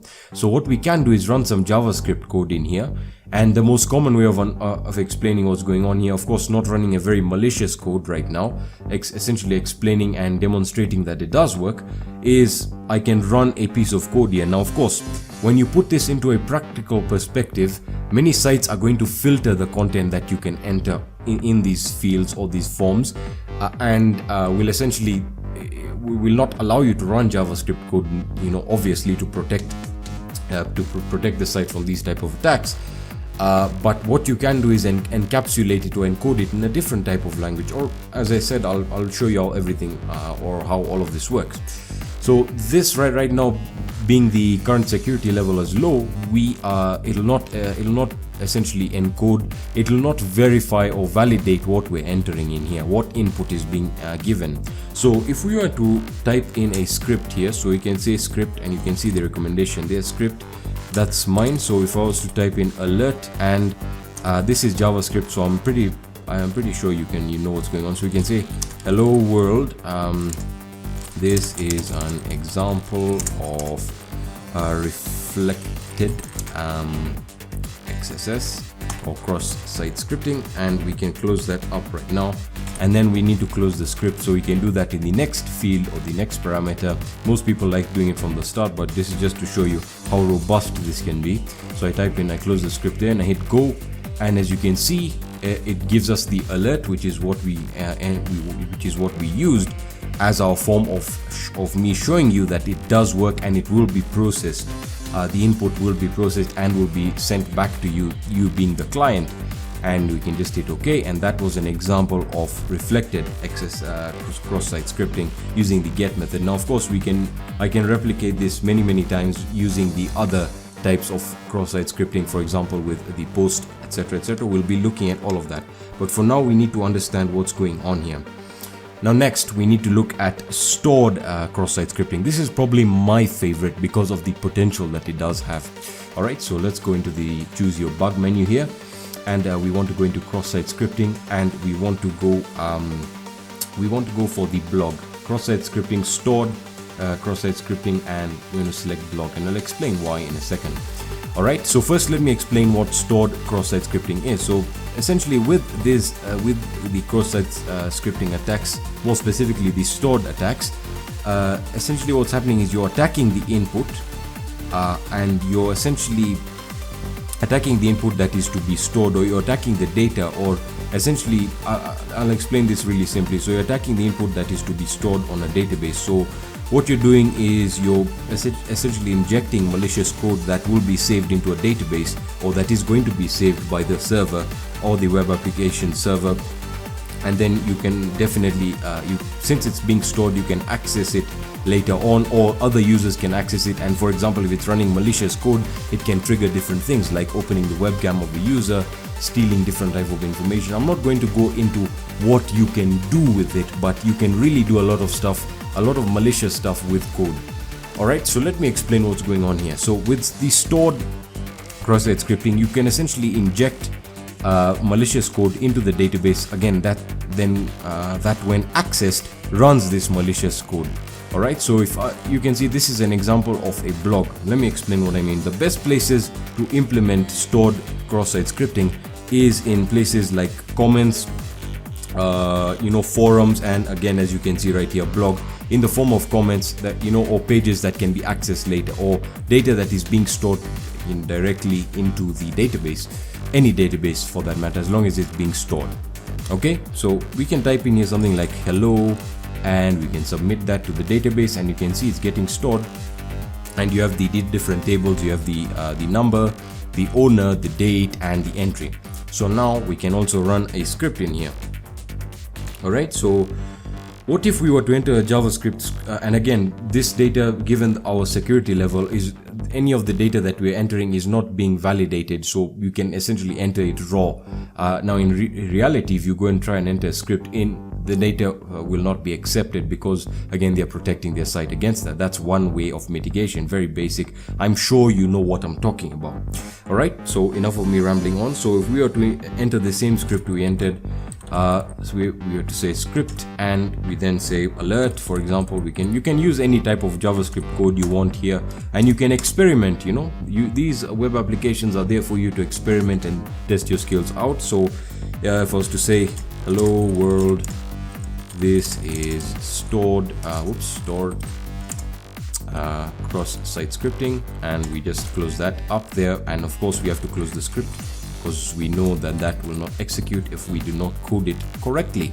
Okay, so now we can add that, and if I was to just hit submit right now, you can see that it's going to store, and that being the latest blog post, you can see it's going to tell you, it's going to execute the script, and it's going to say hello world, this is stored cross-site scripting. So in an example of a blog, if you are to post this on a page, or to make a blog post and inject this script in, anyone who opens that page will essentially run that malicious code, and whatever that code does can then furthermore cause damage to the user or to the server, depending on what you want it to do. So it's all dependent on what the attacker is to do. Remember what I told you in the first video of this series, it's all about your mindset and your willingness to break things and to find out what does and doesn't work.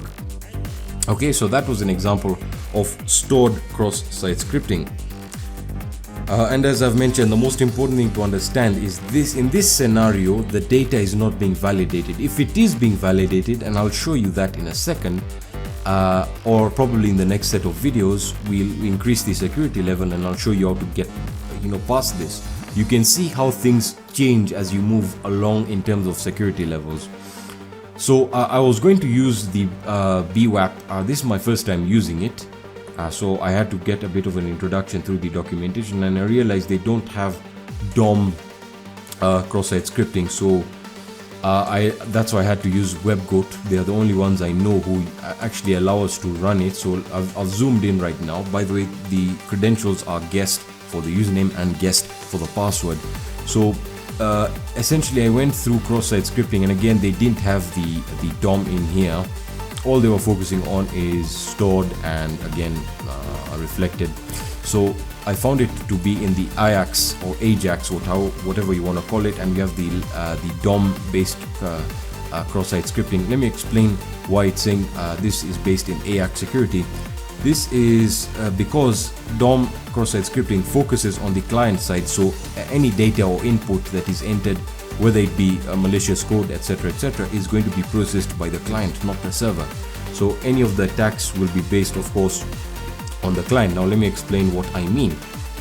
If I am to run, remember JavaScript server side, client side, Ajax for example. So if I am to run, for example, a JavaScript code in this entry here, so script, and again I type in alert, just being the example, and I say hello, let's keep that simple, and I close the script here, you can see that we will probably not be left with anything, will not get any result. That's because it's being processed by the client, not by the server. So no result or no data will be reflected back to us. If it was reflected cross-site scripting, the server processes it and then is reflected back to the client. So if I was to submit here, you can see that nothing happens here and that it is going to be taken as code. Now what if we were to enter or use a language that a client can understand? So let's say we were to say let's see HTML. What if we were to use HTML? So I can say in here IMG for example. This is the way we learned it. So IMG SRC, and we don't have an image source, so we can leave that like that, and then we can use the on error in case we get an error of image, which we will get because the image has no source. On error, we can say that is going to be equal to alert, and then the alert we can then put in here. We can say hello world, and we can close that up. And once we have closed it, you can see that we can close that there, and there you are. So it is going to be processed by the client, and you get the dialog box or the alert with the message hello world.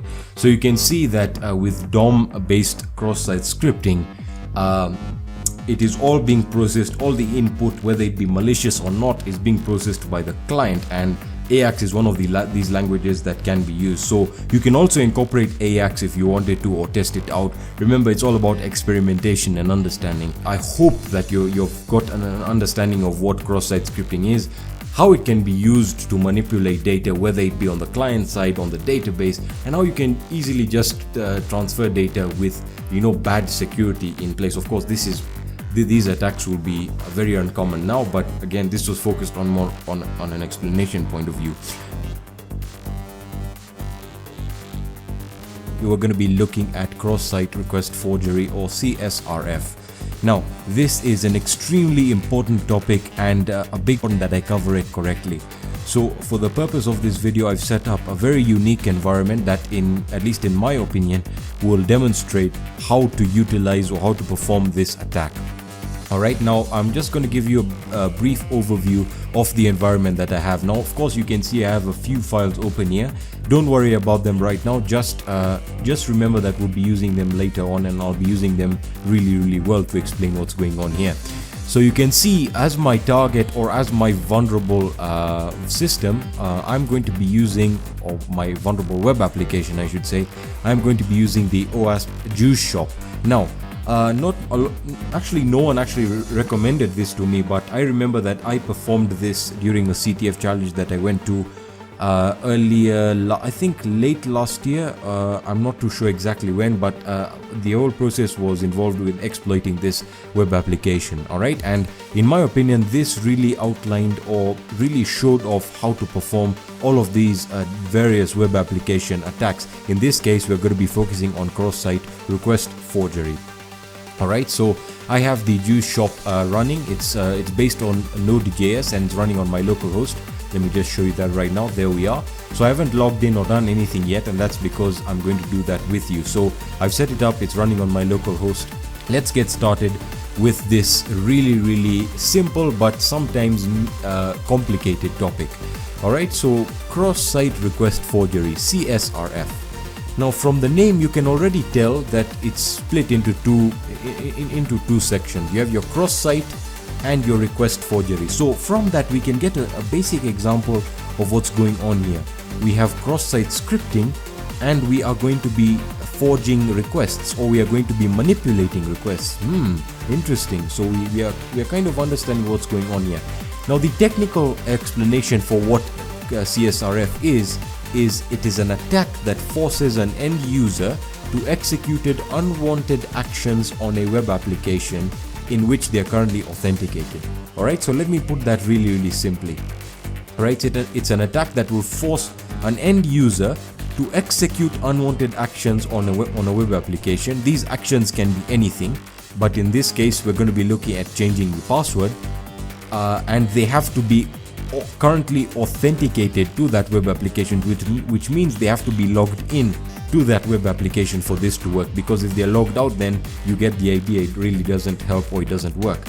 Alright, so we use cross-site scripting in this case to perform the request forgery and to get either desired or undesired results. In our case, we're going to be looking at how to change the password of any user that's logged into this web application. And how will we be doing that? Well, we are going to be using CSRF, but the first thing you need to understand is how an HTML form works. All right, and this is very important because first of all, a client will request a page from a server. All right, the server will then respond and give the client the HTML form. The client will then send back the form with the data back to the server. The server will then authenticate and authorize the user, and then will perform the requested action. And based on the request and the response, we are able to forge or to change the request and get a desired response if you're looking at it from an attacker's perspective. All right, so the way CSRF works, sorry about that, is the attacker will manipulate the victim into submitting the attacker's form data to the victim's web server, essentially performing these requests. In our case, as I've mentioned, it will allow us to change the password of any user on this web application. In this case, the OWASP Juice Shop web application. Alright, so now you might be asking, well, if I'm a bug bounty hunter, or I'm practicing to become a bug bounty hunter, how do I go about finding this vulnerability? Well, that's a very good question, and that is the question you should be asking yourself when performing any penetration test. Now, coming back to my environment, I'm running Burp Suite, the community edition. You'll just need the community edition for this one. We're not performing any advanced techniques here because we're essentially just changing we're just going to be changing the requests to get our desired responses. But once we move on to the advanced stuff, I'll then be using OWASP Zap for our attacks. Alright, so keeping things really simple, the way to look for these vulnerabilities is to target the login pages, which we have right here. We can then create the account and log in, and then finally we will be creating our own script to perform the cross-site scripting, and that will allow us to submit the data, or if we send the URL to another user of this web application who is currently authenticated, it will allow us to make them change their password, and then we can log into their account. All right, so this vulnerability is very common on sites with accounts, sites that have emails, passwords, and as you probably would have guessed, there are a lot of sites that utilize this functionality. But remember, most of the sites out there will be protected from this vulnerability, so it's up to you to find these vulnerabilities. Alright, so as I've mentioned, we'll be using OWASP Juice Shop as our target, and the reason is because it will explain what I want to explain really well. Alright, and we'll be using the Burp Suite Community Edition. Now, as you can see, I'm currently running the Burp proxy.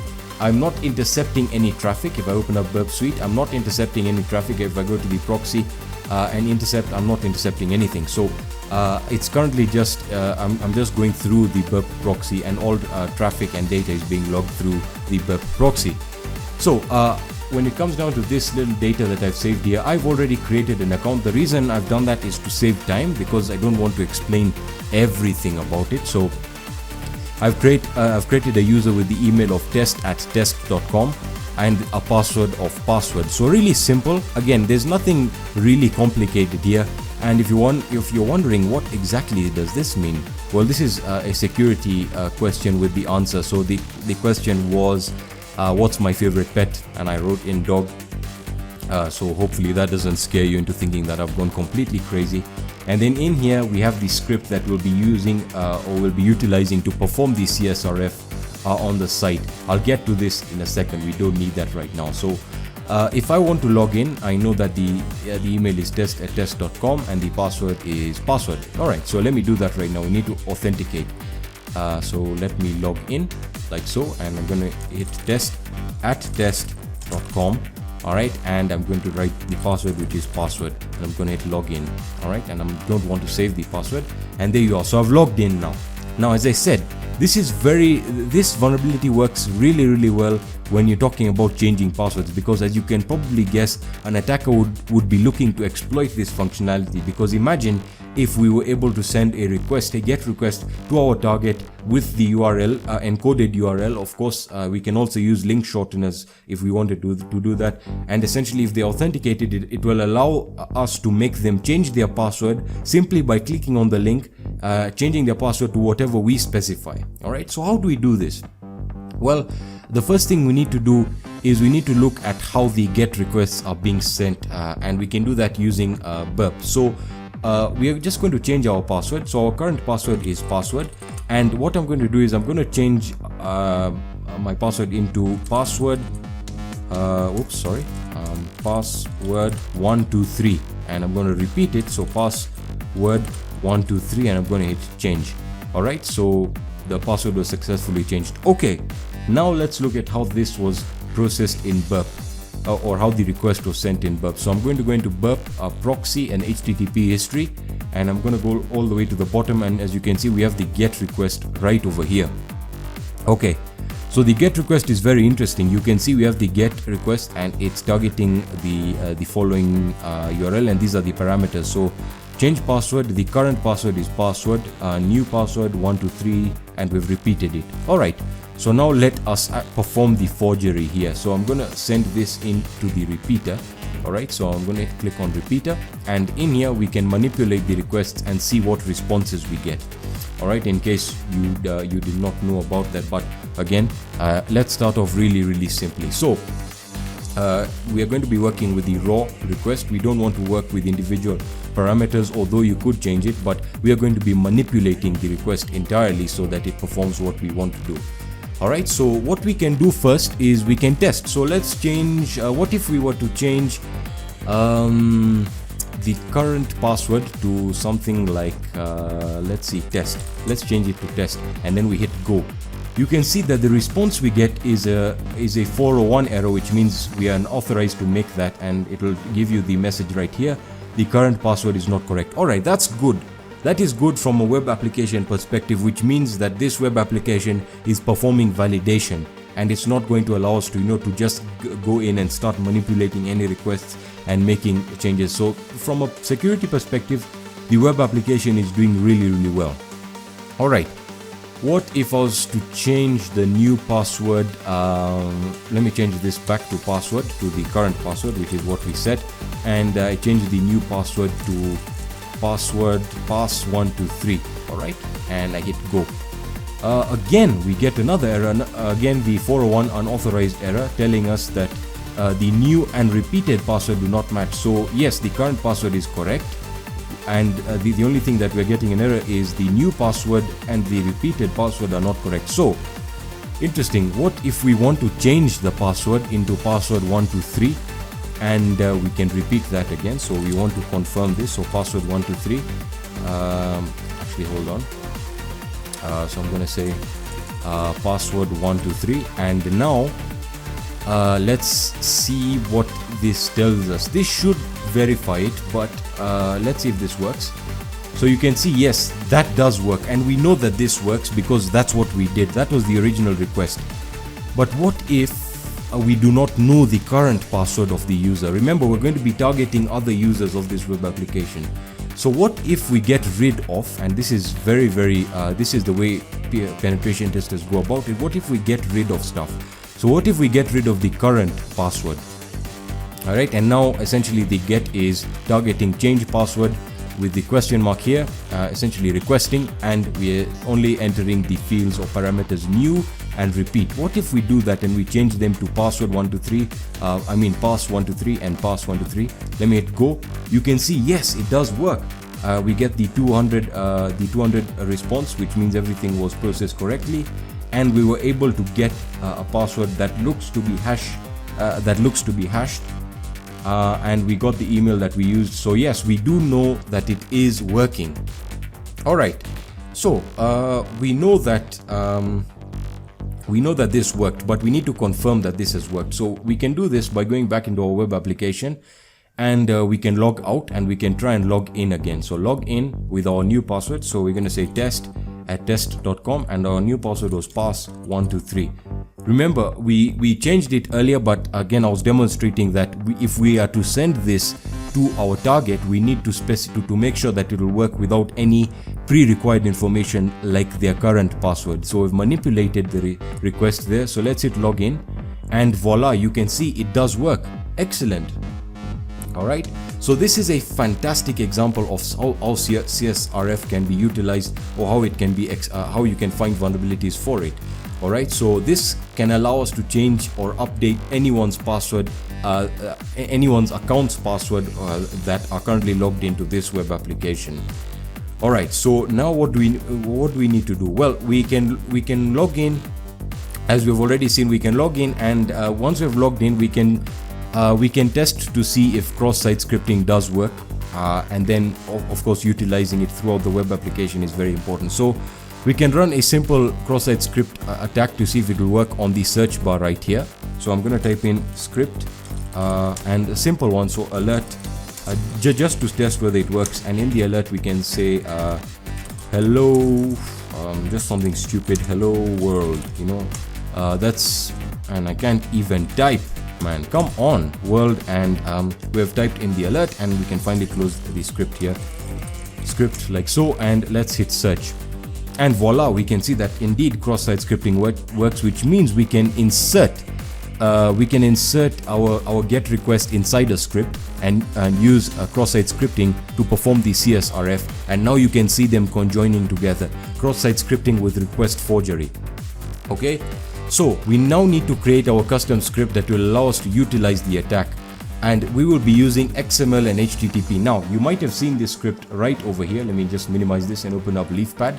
You might have seen this script that I created. Now you can find many of these CSRF scripts online that utilize different languages. In my case, I find the one that works the best is the one that works with XML and HTTP and contains the GET request in here.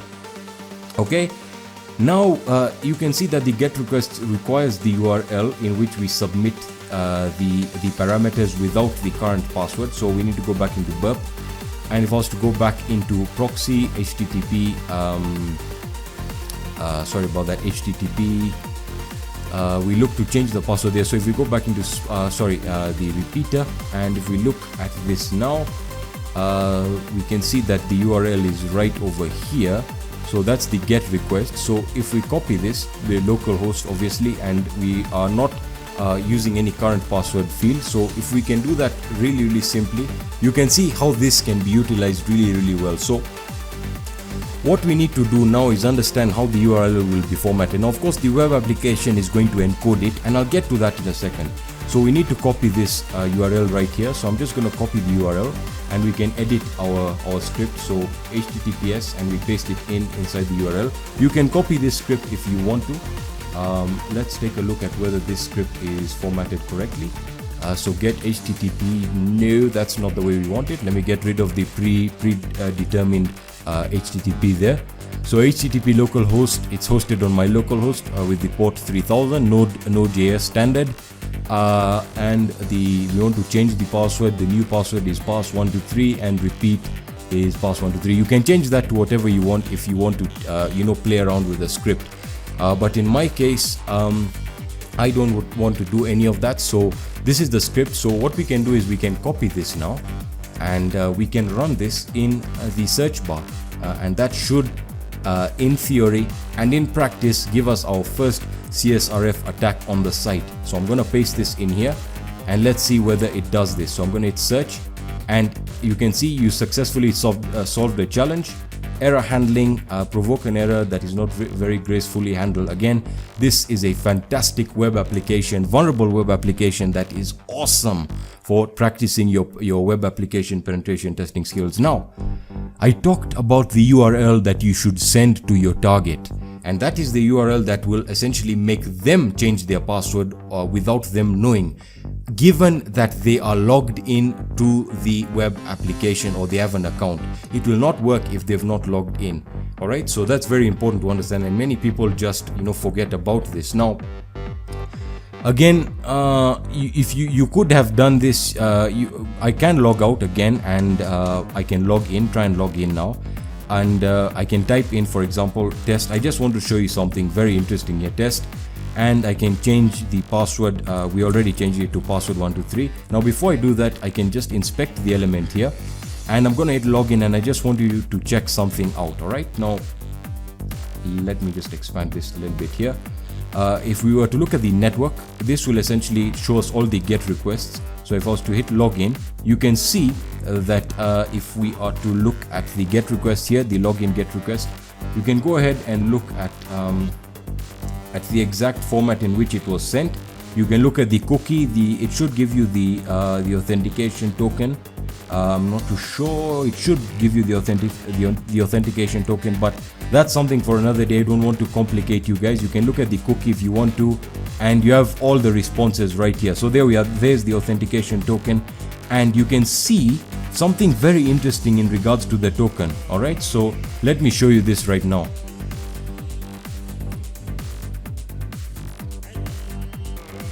All right, so as I was saying, you can see.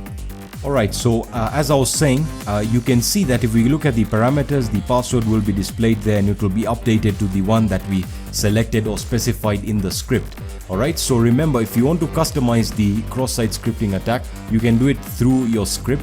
And where is LeafPad here? So there we are. So you can change the password. As you see, we just got rid of the current password parameter, which is a vulnerability on the site, but you can change the password to whatever you want. And now you might be asking, as I've mentioned, what link do you send to the target? And that is very, very simple. If I was to run the script again and I change the password to maybe something else like password 124 or 345, 45, let me just add that to the password, and I run the script on an authenticated user, which is me.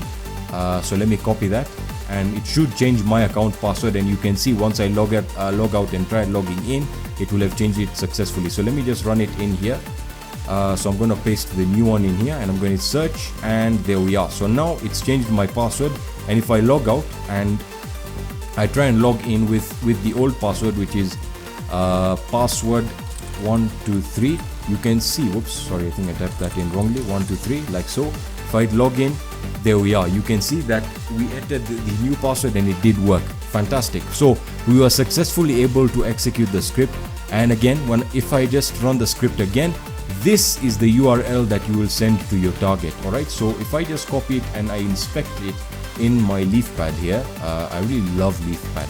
I don't know whether you guys love it too. If I just inspect it, you can see that this indeed is a URL, and if the web application was being hosted on a server outside my local area network, it would give you the website name, the port if it is port specific, and the URL here which as you can see is encoded. So what I would recommend is that you copy this link here and you use a link shortener like Bitfly or any of the other Google shorteners, and you send that to your target, and once they click on the link and if they already logged in to this specific web application, it will update their password, and you can essentially you have their password now because you've updated it, and all you need is their email, which I'm pretty sure you must be knowing if you're performing this attack. Or you could just be gathering passwords of users or of which you can send this link to and are authenticated with the web application. We're going to be taking a look at session management, and in this video particularly we'll be looking at cookie collection. Alright, so as you know, you probably would have known what a cookie is. Now there are three types of cookies that we really need to be focusing on in this section, and we'll be focusing on in general. The first one is the session cookies, which I'll discuss in a while. We then have the permanent cookies and the third-party cookies. So third-party cookies are really all to do with third-party APIs that may be used. So for example, if you're on a website that utilizes Flash Player, you may find some cookies that are related to the Flash Player. So it's very important that you understand how to collect these cookies.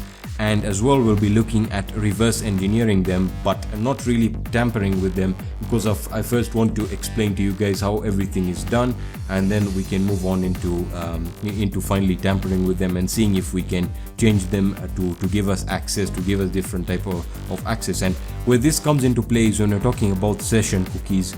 And in the session cookies, we have the authentication token and the unauthenticated token. So all to do with your access on a web application or on a website. Okay, so essentially all the cookies that you can probably ever get when you visit when you visit a website, they are generated when you visit the website, and furthermore the cookies change when you authenticate with the website and you log out. Right, so when you log in, you get a different set of cookies, and when you log out, you get a different set of cookies. This is where the whole idea of session management comes into play and how cookies are utilized for this system. So I'm currently running OWASP's Juice Shop, so I showed you guys how to set that up. Let me know if you found it helpful. So I have it set it up, and I have it open up in my browser. Now what I'm going to be covering is how to collect these cookies and understanding the difference between an unauthenticated cookie and the authenticated cookie. So usually what I have or what I use to my advantage is, if you're using Google Chrome or Firefox, you can get a cookie collection or a cookie editor add-on that allows you to edit the cookies. But as I said, we're not going to be looking at editing them right now because we don't know what to change in them. This video is going to be focused on collecting them and then analyzing them to see what information they have within them. Alright, so I reset this the OWASP Juice Shop, and the reason I did that is just to start off fresh. And as I said, we're going to be using this for performing all of the examples that I'll be showing you, so that we can learn all the concepts. So I'm just gonna, but before we log in, I just want to show you the first set of cookies that we'll get when we visited the site. Don't worry about the other links, we'll get to them in a second. Alright, so I'm using the cookie editor right here. You can find this same one for Firefox, that's what I'm using. There are also other ones for Google Chrome if you want to do that. And in addition, we're not going to be using any proxy like Burp Suite or the OWASP Zap right now, because we're just focused on using the browser tools and of course these add-ons here.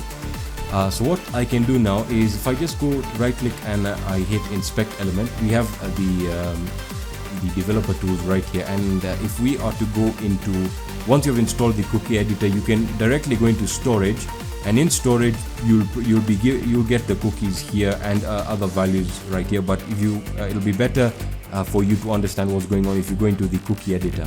Now in the cookie editor, you can see that we have two cookies that we've gathered here, and we have the cookie consent status and the IO, which I'm not sure really what it does. Input output I'm probably guessing. So when it comes down to the cookie consent status, we probably get an idea of what this is asking us. So when I opened up the website, it gave me a prompt asking me, like all websites will ask you in 2018 to do, is to accept their privacy policy policies in regards to their use of personal data and cookies. And the reason is because cookies can log or have a lot of information about you. They contain a lot of information about what you've been doing. So this is why I've created this right now. Before we move along, it's very important to understand their role in session management. Okay, so we need to look at the authentication tokens, because that's where most of the magic happens, as you would expect. So let me just close this up and let me just log in. So let me just use the password there, the email that I used, and the password like so, and let me just log in.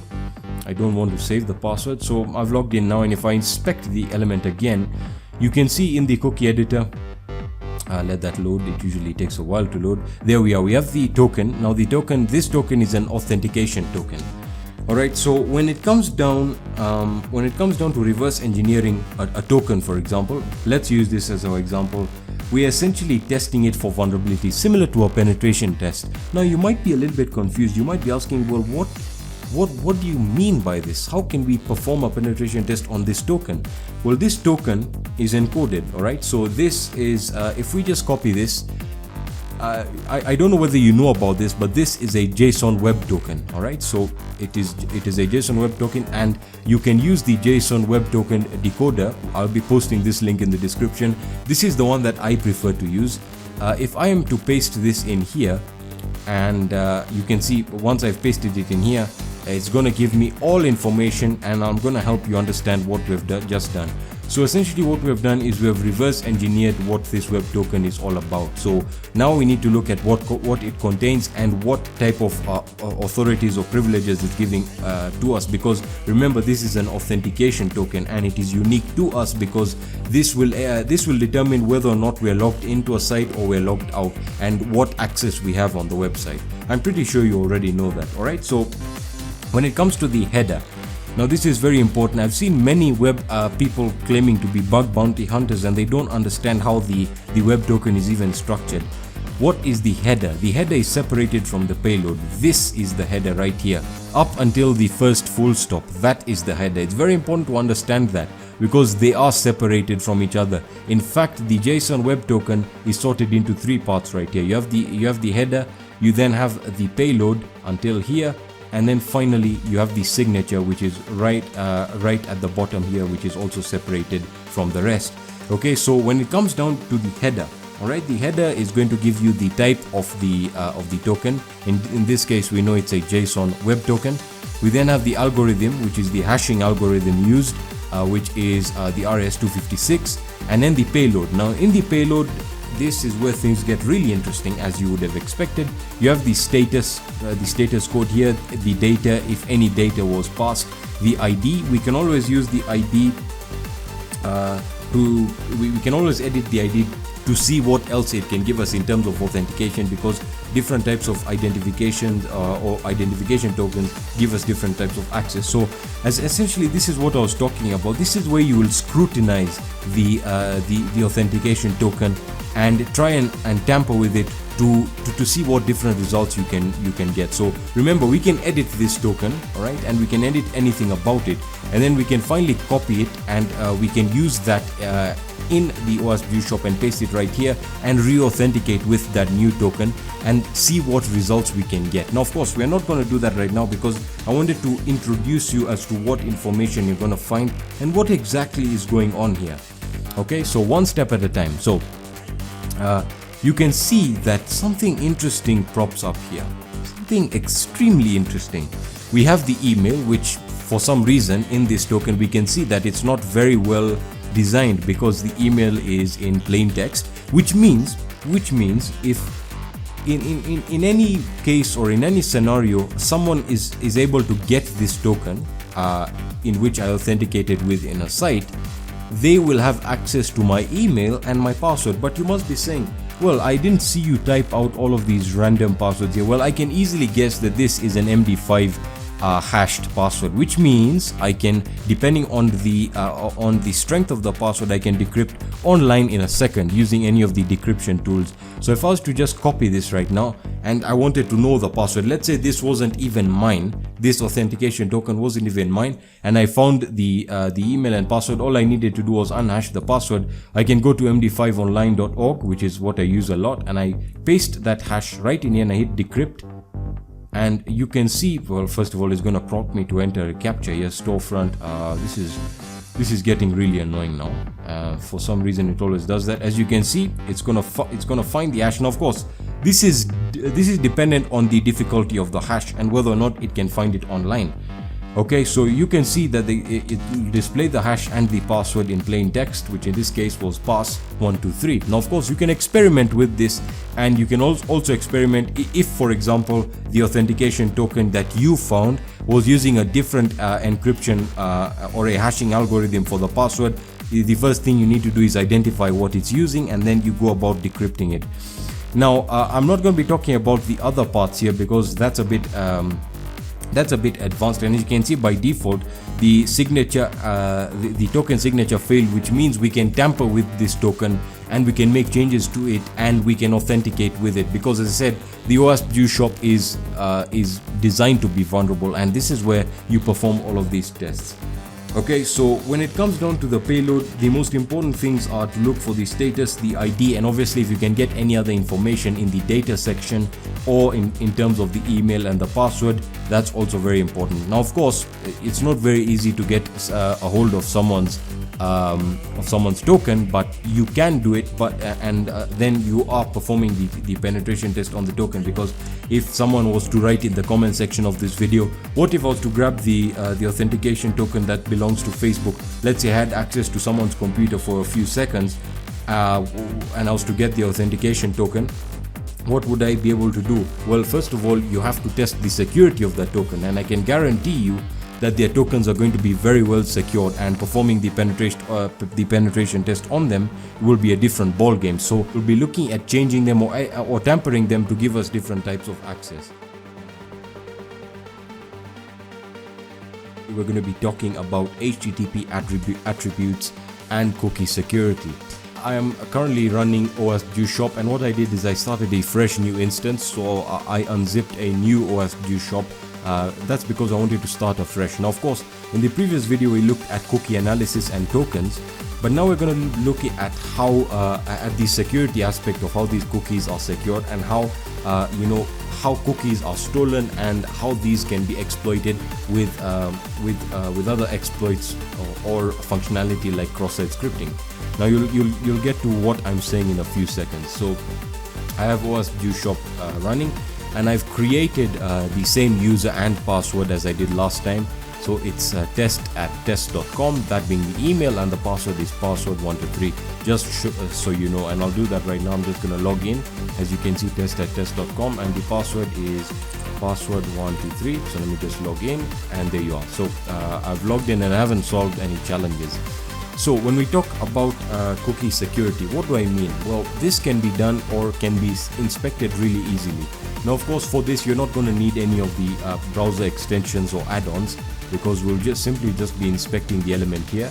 So if we open inspect element and go into storage, and we go into cookies and select the site, which is on localhost, you can see that if I was to click on, for example, the token, and we just look at the data that we can see within the token, if we go to the HTTP only section here, you can see that is set to false. Now, what does that mean?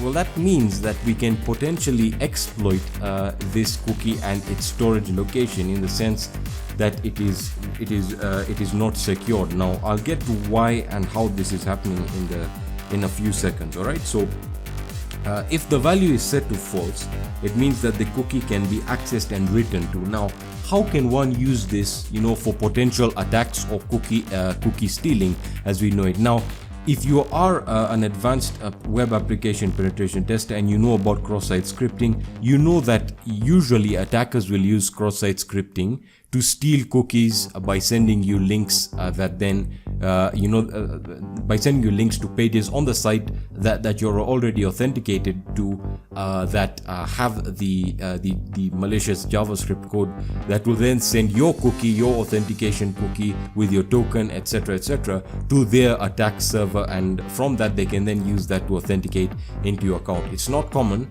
because mostly the cookies are usually secured. Now, you will run into sites that have this, and this is a very, very big vulnerability in terms of severity. So if you're a bug bounty hunter, this is in the medium to low category, so not really a big exploit, but still a very, very big problem that many, usually I would like to say rookie developers miss, especially when dealing with huge frameworks like Node, etc. I'm not going to get too deep into that. So you can see that the HTTP only is set to false. Now, what does this mean? This means that we can utilize a lot of functionality to exploit or to display the token, or even more, to send this my cookie or my token, whatever you want to call it, to a server, or to save it, all right, to grab it, to steal it, simply put. So how can we exploit this? Well, we can use cross-site scripting, and this is probably the most used method for this.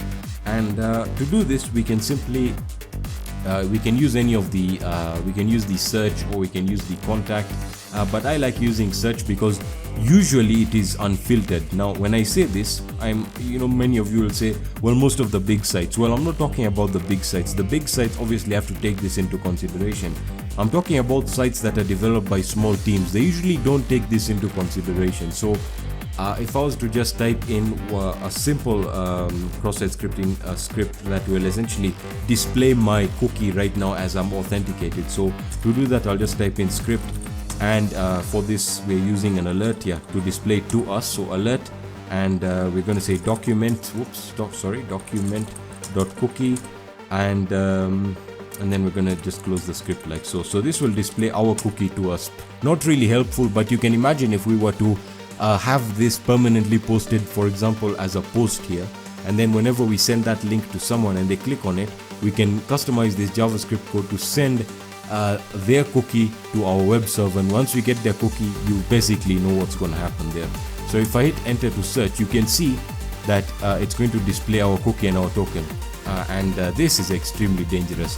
You might not get the context, but I'll explain it in a second. So essentially, this information can be passed and sent anywhere across the world, provided that your target clicks on a link in which this script is executed. Now, the question that you might be asking yourself is, well, where else can we post this in sort of a malicious way? And I know that I sound malicious right now, but I'll also get into how to mitigate this. And again, mitigating it is really simple.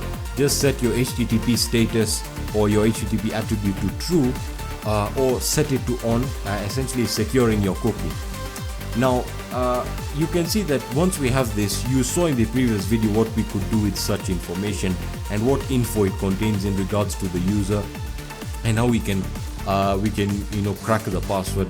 But for now, let's focus on how this can be utilized to steal the cookie, or how attackers do it. So you can also get insight if you're a white hat. So usually I can post this in here. I can type the script in here, but this is not. It's probably not the best way of doing it, because you essentially have to convince the user to go into the search bar and type this in. Not really the best of ways about going about this. So usually we look for a page that allows us to post our own stuff, or to save this to a database, or to save it to the website itself. So let's try contact us. All right, so contact us, that looks like a good place to start. So in the comment, it's already added our author for us. So in the comment, we can enter our script in here, and this will probably be saved, but we have to test it. Now, of course, the cookie stealing JavaScript code is not something that I'm going to be telling you how to do. You can probably perform a lot of Google searches. It's part of the terms that I have to follow in regards to YouTube's policies about malicious content and whatnot. So I'm not going to show you the exact code, but I'll probably have it on my website if you want to take a look at it and experiment as to how to send cookies to another server, a server that belongs to you, for example. To do this, so now essentially what I want to do is I want to save this script into their contact section, because I believe this is saved. If I looked at the structure, and indeed this is saved. So the script is quite simple. So we can say we can give it a title, because I know the feedback is left like that. So we can say script test, and we can close the script here. So script, but then we have to include the actual JavaScript code. So yeah, so let's include this script within the main one. So script, and then once we close this one, we can then use the other script. So yeah, script, script. And you can copy this code if you want. By the way, let me just zoom in, because a lot of you had actually talked to me about that you couldn't actually see the code. So script, and now we want to bring out the alert. Now of course, as I said, this is not really useful, because all you're doing is displaying the cookie to the user themselves once they visit this page. So you probably get the idea. So script, alert, and we are just simply gonna write the document. Now of course, if I was sending it to a malicious server, what I would have done is I would have used the document.cookie, and I would have appended it to be sent in the form of probably a PHP file or a PHP GET request to my server, and then my server would log all of the information being sent back. So that's the concept there behind. So we can then close the script here, and sorry, we have to actually close the script. Oops, sorry, my bad. And then we close the script there, and finally we can close the final script ending here. So script, and there we are, and we can leave a rating if we want to, and there is a captcha here, or authentication 10+5. You basically have, this is also an exploit here that you can enter, because if you look at this very basically from a simple perspective, the captcha here is another false positive. And again, I know I'm dragging this, I'm dragging it a lot, but what I'm trying to explain here is, if you are going to be performing a penetration test on a website, you need to understand that from the perspective of false positive, you should not go after the big exploitations or the big exploits first. Alright, so if I submit this, as I know the structure of the OSGeo shop, this will be submitted to one of the pages, in which after I click, or any other user who is authenticated clicks, will run that script or this script, and their cookie will be displayed on their screen. And if you want to manipulate or use your own script to send their cookie to your server, by all means go and do that. I'm not condoning it. So that is 75, and I hit submit, and that's wrong captcha, 10+5, actually 25. Yes, brackets of division, multiplication, addition. You guys must be thinking I suck at maths. So that is 25 plus 5 plus 10, sorry, that's 35, and I submit that. Oops, we have to actually type our code back in. Sorry about that, guys. So we can just type in script, and we're simply testing test, and then after this we can close the first one, and script here. Oops, sorry about that, my keyboard is quite of a distance from me. Alert, and my spelling mistakes are really annoying. Script, and finally we can use the document. My god, man, my typing. Document.alert.cookie, sorry, we've already sent the alert. We would use the document.alert would essentially display the entire web page. Document.cookie, and in here we close the first script, the initial script, and then we close the last one here. So script, and we close that right there, and finally we can give this a rating, and we submit, and that should submit it. I don't know what the issue is here, and there we are. Was for some, all right, so there we are. Thank you for your feedback. So it did submit it there. Let me zoom back out now. You can see that where would you go to launch this script? That's that will be the question that you might be asking. So in this structure, you can pretty much experiment with all the other pages. And again, I do recommend that you use directory discovery tools like Dirbuster or GoBuster, whatever is comfortable for you. So with this in mind, if first we just click on About Us, you can see that is where the feedback in regards to contact is stored. So there you are, there's the cookie, And if I was to have implemented a script that would send the cookie to my server, once I accessed this page as an authenticated user, it would send my session ID, all of that good stuff to my web server, and I would be able to crack the password and authenticate with your account. As simple as that, without ever knowing your password, without ever trying to have guessed it, without ever trying to have exploited your system. I exploited the web application, and because of the inability of the developer of the web application to secure the cookies, I was able to get into your account, and God knows what else you can do in that person's account. And this is tribute to all my Facebook hacker friends out there who think hacking Facebook is about cracking and brute forcing. There you go. Web applications can be cracked in or can be exploited in different ways. Now, of course, as I said, it's going to get really exciting as we move along with Juice Shop, and that's the reason I'm using it, because it explains how this can be done on a real website. And yeah, we're going to be looking at OWASP Juice Shop, and it seems to replicate what a real web application would be.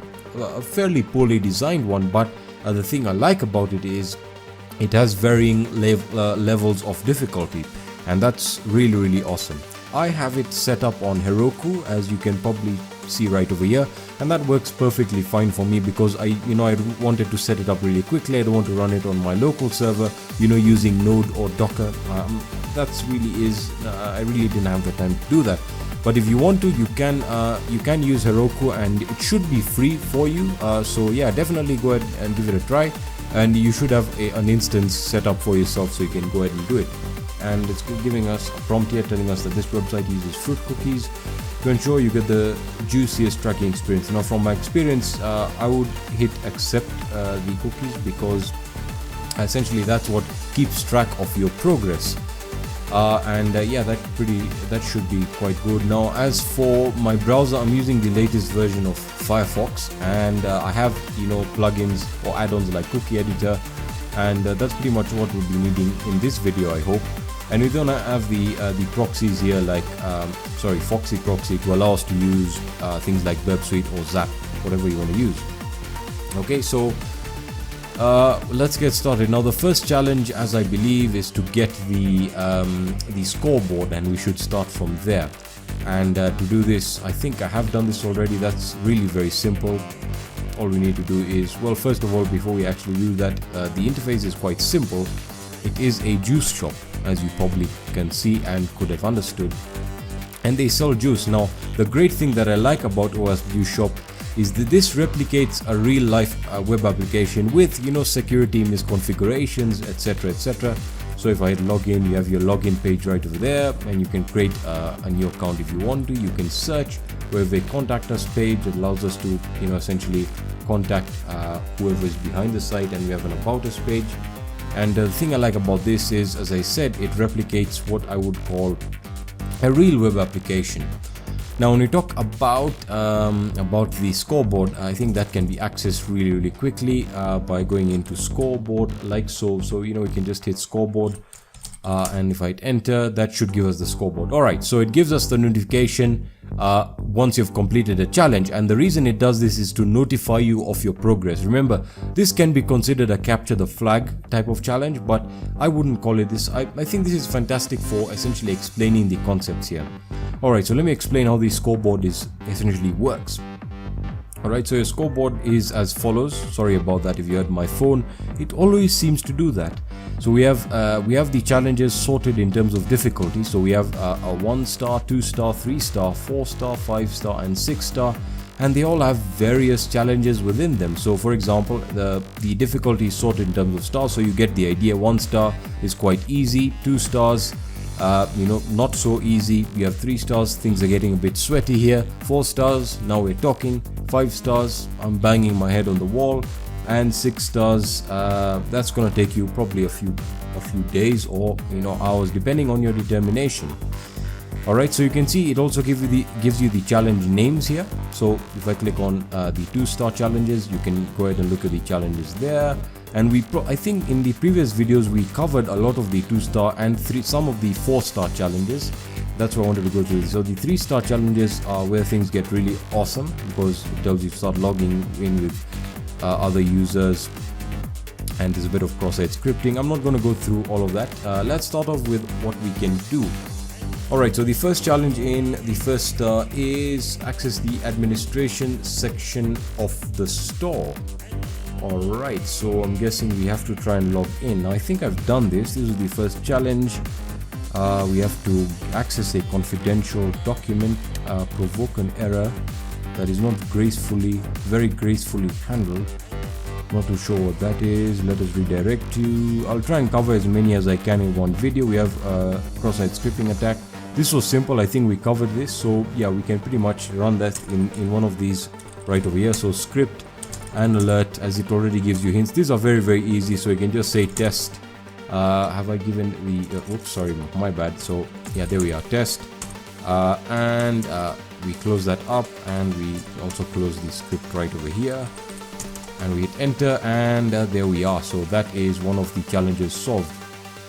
Hopefully it did pop up there. So if we go back to the scoreboard, it still tells us, well, for some reason the web application is too low. It's not told us that we have performed the reflected cross-site scripting. All those are DOM. Alright, so reflected. Anyway, we'll get to that when we get to it. So if we inspect the login page, what we can do is we can create a user. So I'm going to create a user here, and I'll just use a simple user here called test@test.com, and the password, I'll call that password, and I'm going to repeat the password here, and I'll just call the password, and I'm just going to use name of your favorite pet, and I'm just going to say dog right over here. I'm going to hit register. I'm just going to save it. Alright, so I can log in now. Did I log in with the correct test? Yeah, there we are. I'm going to hit log in, and we are logged in. Alright, so let me just zoom out so the interface does not really crash on us. Let me just get rid of that. Alright, so it's sorted out really well. We have the language selector here, your basket, which essentially allows you to select your to view the items in your basket. You then have your coupon if you want to use a coupon, and you have your checkout, which essentially I believe takes you to the OS Juice Shop donate page, if I'm not wrong. Let's just see if that is correct. Yeah, so if you want to support the project, I would you can donate to them. It's a really great project. I really do recommend that if you can, you do so. So you can change your password, which is awesome. I think we also took a look at this and how to change it using the get requests. Contact us, where you can essentially write in. You can contact the person behind the site or the administrator, as I would believe. You can comment, recycle. What's this? Request a recycling box. So you can type in liters here. That has a selector.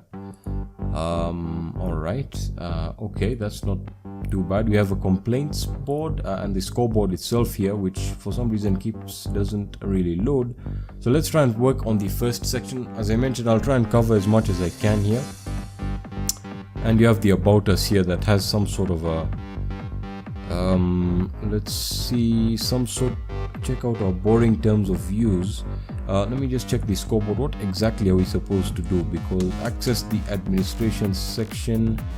What's in the 2-star here? Login with the administrator. Alright, so we're trying to access the administration section. So let's try and access that right over here. So I'm just going to type in administration like so. I'm going to hit enter, and yeah, that was pretty easy. And we get the email right over here, admin@juiceshop. That's the admin email, and we have all the emails right over here. So we have Jim@Juice Shop, Bender, and some other users, and we have our soap. Yeah, all right. So we got the registered users, customer feedback, and the recycling requests that have been posted so far. Which means we're starting from the basics. So I think we can try and log in with admin, but we don't know the password. So yeah, so I'm just gonna log out, and let's see if we can log in with the password here, admin@juiceshop, and I'm probably guessing we have to use SQL injection, and in this case I think I know what to do, because I have done this before, but it has been changed quite a bit since the last time, because I think in the previous versions it was with admin only. There was no domain, or was there username? I'm not too sure. Anyway, let's try and see if we can throw some errors here. So if I log in, alright, so that means you have to provide a password. So let me just try and use the single quotation, and let's see if that, yeah, it does throw an error. And yeah, we completed the other challenge, which you successfully solved the challenge. Error handling, provoke an error. So yeah, so we're essentially performing error enumeration.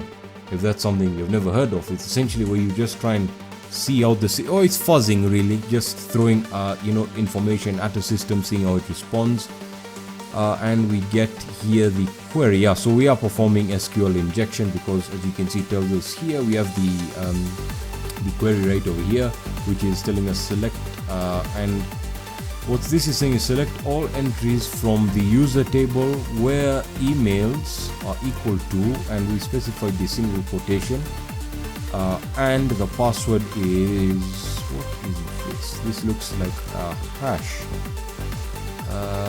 What hash is this? Let me just check. I think it might be MD5. I'm not too sure. Let me just check this. Hash identifier, and we just paste that in there. Sorry about that. Let me just paste that in there. Yeah, this is a MD5 hash. So that probably, let's just see if we can decrypt that or decode that. So I'm just going to say MD5 decryptor or something like that. Let's just see if we can do this online really quickly. Come on. I want to see what error, because that's telling us that's a password. Let's decrypt that, and well, for some reason it's taking too much time here. So yeah, it's essentially hashing the password. Alright, interesting stuff there. We actually now know that the password is being hashed, obviously, with the MD5 hashing algorithm or protocol, whatever you want to call it. So original, and yeah, that is the query statement there. So we can try some basic SQL injection, and some of the basic ones to log into admin, or to essentially log into the administration, the admin panel is. Now the thing that's weird is, are we going to use the password here? We're trying to get authentication, so that means, let me just close that. That means if we just throw the error one more time, or when you're able to get the query here, so we are saying select, actually it starts from there, select from users, so select all queries or all entries from the user table, from where email, user table, so there's users. Alright, so the user table has email and password. Okay, I follow now. So that means we can try and use the OR statement here, and probably we can use the not statement if we are going to. Yeah, that will make a lot of sense, but we're only using email, so we'll keep the single quotation. So what that means is if you know about SQL injection, hopefully I can explain what's going on here. So we know that the password is being hashed, so we're saying select from the table where email and password, so that's the statement. So select from the table, so select from the users table where the email and password is going to be equal to what we have entered. But remember, the password has to stay as the single quotation, so that means we are going to be using the OR. So this is basic. You guys should be knowing this, but if you want me to cover it, let me know. So OR equals OR 1 equals 1, and the other ways of doing this, I think I'll post a cheat sheet in the description section. You can check it out for yourself just to get up to scratch with what's happening here. So what we're saying is we're using the OR. The syntax of OR is very simple. It's where we have the what's happening here is we're saying okay, so if you know the syntax for how a query is made in SQL, it's really very simple. So we're saying select from the table. Remember, this is specifying a table, not a column. So it says select from the users table, select from the users table email, password. So we're comparing, and then we say OR, and then we specify the condition where the value we can enter are in two fields. So we can say the value of the email can always be changed, and we obviously know that that is the first account that was created, and the password is going to remain the same. So we hit login, and yeah, we still keep on getting an error here. Now that is weird. No, because if I specify there is no comment here, or 1 equals 1, yeah, so it is working. So you can see, so select from users where 1 equals 1 and password. Yeah, so we want to nullify and password, we don't want and there, so for that we use a comment here, and there we are. Excellent. So we're able to log in to the administrator's user account. All right, so let me explain what happened there. So as I said, the syntax or the query was as follows. So we're selecting from the users table, we're selecting the email and password and comparing them to each other, so they have to match. So we're performing a query, a simple query, and what we said is or. That's a conditional statement. So we're saying or, that we specified the condition where the first value is going to be equal to the first one is going to be equal to 1, and we nullify the password where the password. So essentially removing authentication, and because we're including the comment syntax for SQL. All right, so that was pretty simple, but now the thing that's bothering me is we don't have the password. So let me just check the scoreboard here and let's see what progress we've made so far. So we've accessed the administration section. That's not in here, that is in here. So log in with the administrator's user account. But I don't know what the password is, so I think that's how we're going to be logging in. We know the email, because if I just go back into administration here, administration, I hope the video is not getting too long. So we have the admin email here. Oh yes, we have the token. So if we inspect the element and we go into the cookie editor, for example, we can use that, or you can just use storage. Well, I should have done it, from the cookie editor from the beginning. So we have the token here, and I talked about this in my other video. I actually went through this with the token. So we're going to say token. I think the site was, it's a JSON token. It's a token decode, and it should be the first site. Yeah, there, JSON web tokens. So jwt.io. That's an excellent site, and we talked about this. So if you want to watch that video, I'll post it in the description, so you can check it out. And the email is admin, so that's the authentication token, and that gives us all the information we need. Alright, so we have the password here, but again, what is this hashed into? That looks like MD5 again, but let me just confirm and let's see what that gives us. So the password is hashed as we know with MD5, so let's just confirm hash identifier, because there we are. Yeah, it is MD5. So let's just decrypt that one more time. So I'm just going to paste in that hash there. I'm just going to decrypt. Let's give that a few seconds. Oh my god, man, all the traffic lights. And let's hit verify. And yeah, there we are. The password is admin123. Yeah, that's pretty basic, but again, replicating common practice that you would find. So what was the email? Oh boy, what was the email? Let me just see if I can log back. Oh, crack. All right, so let me just use the statement. So yeah, so we're logging in. So or 1 equals 1, because what is the, I think we can access the email from the administration.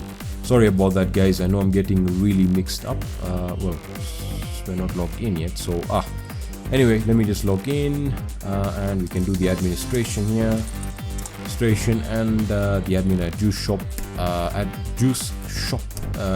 juice.op. Yeah, that's there to confuse people, so you can guess it. And we're logging in with that, and the password is admin123. I'm gonna log in, and yeah, fantastic. So you solved a challenge, password strength.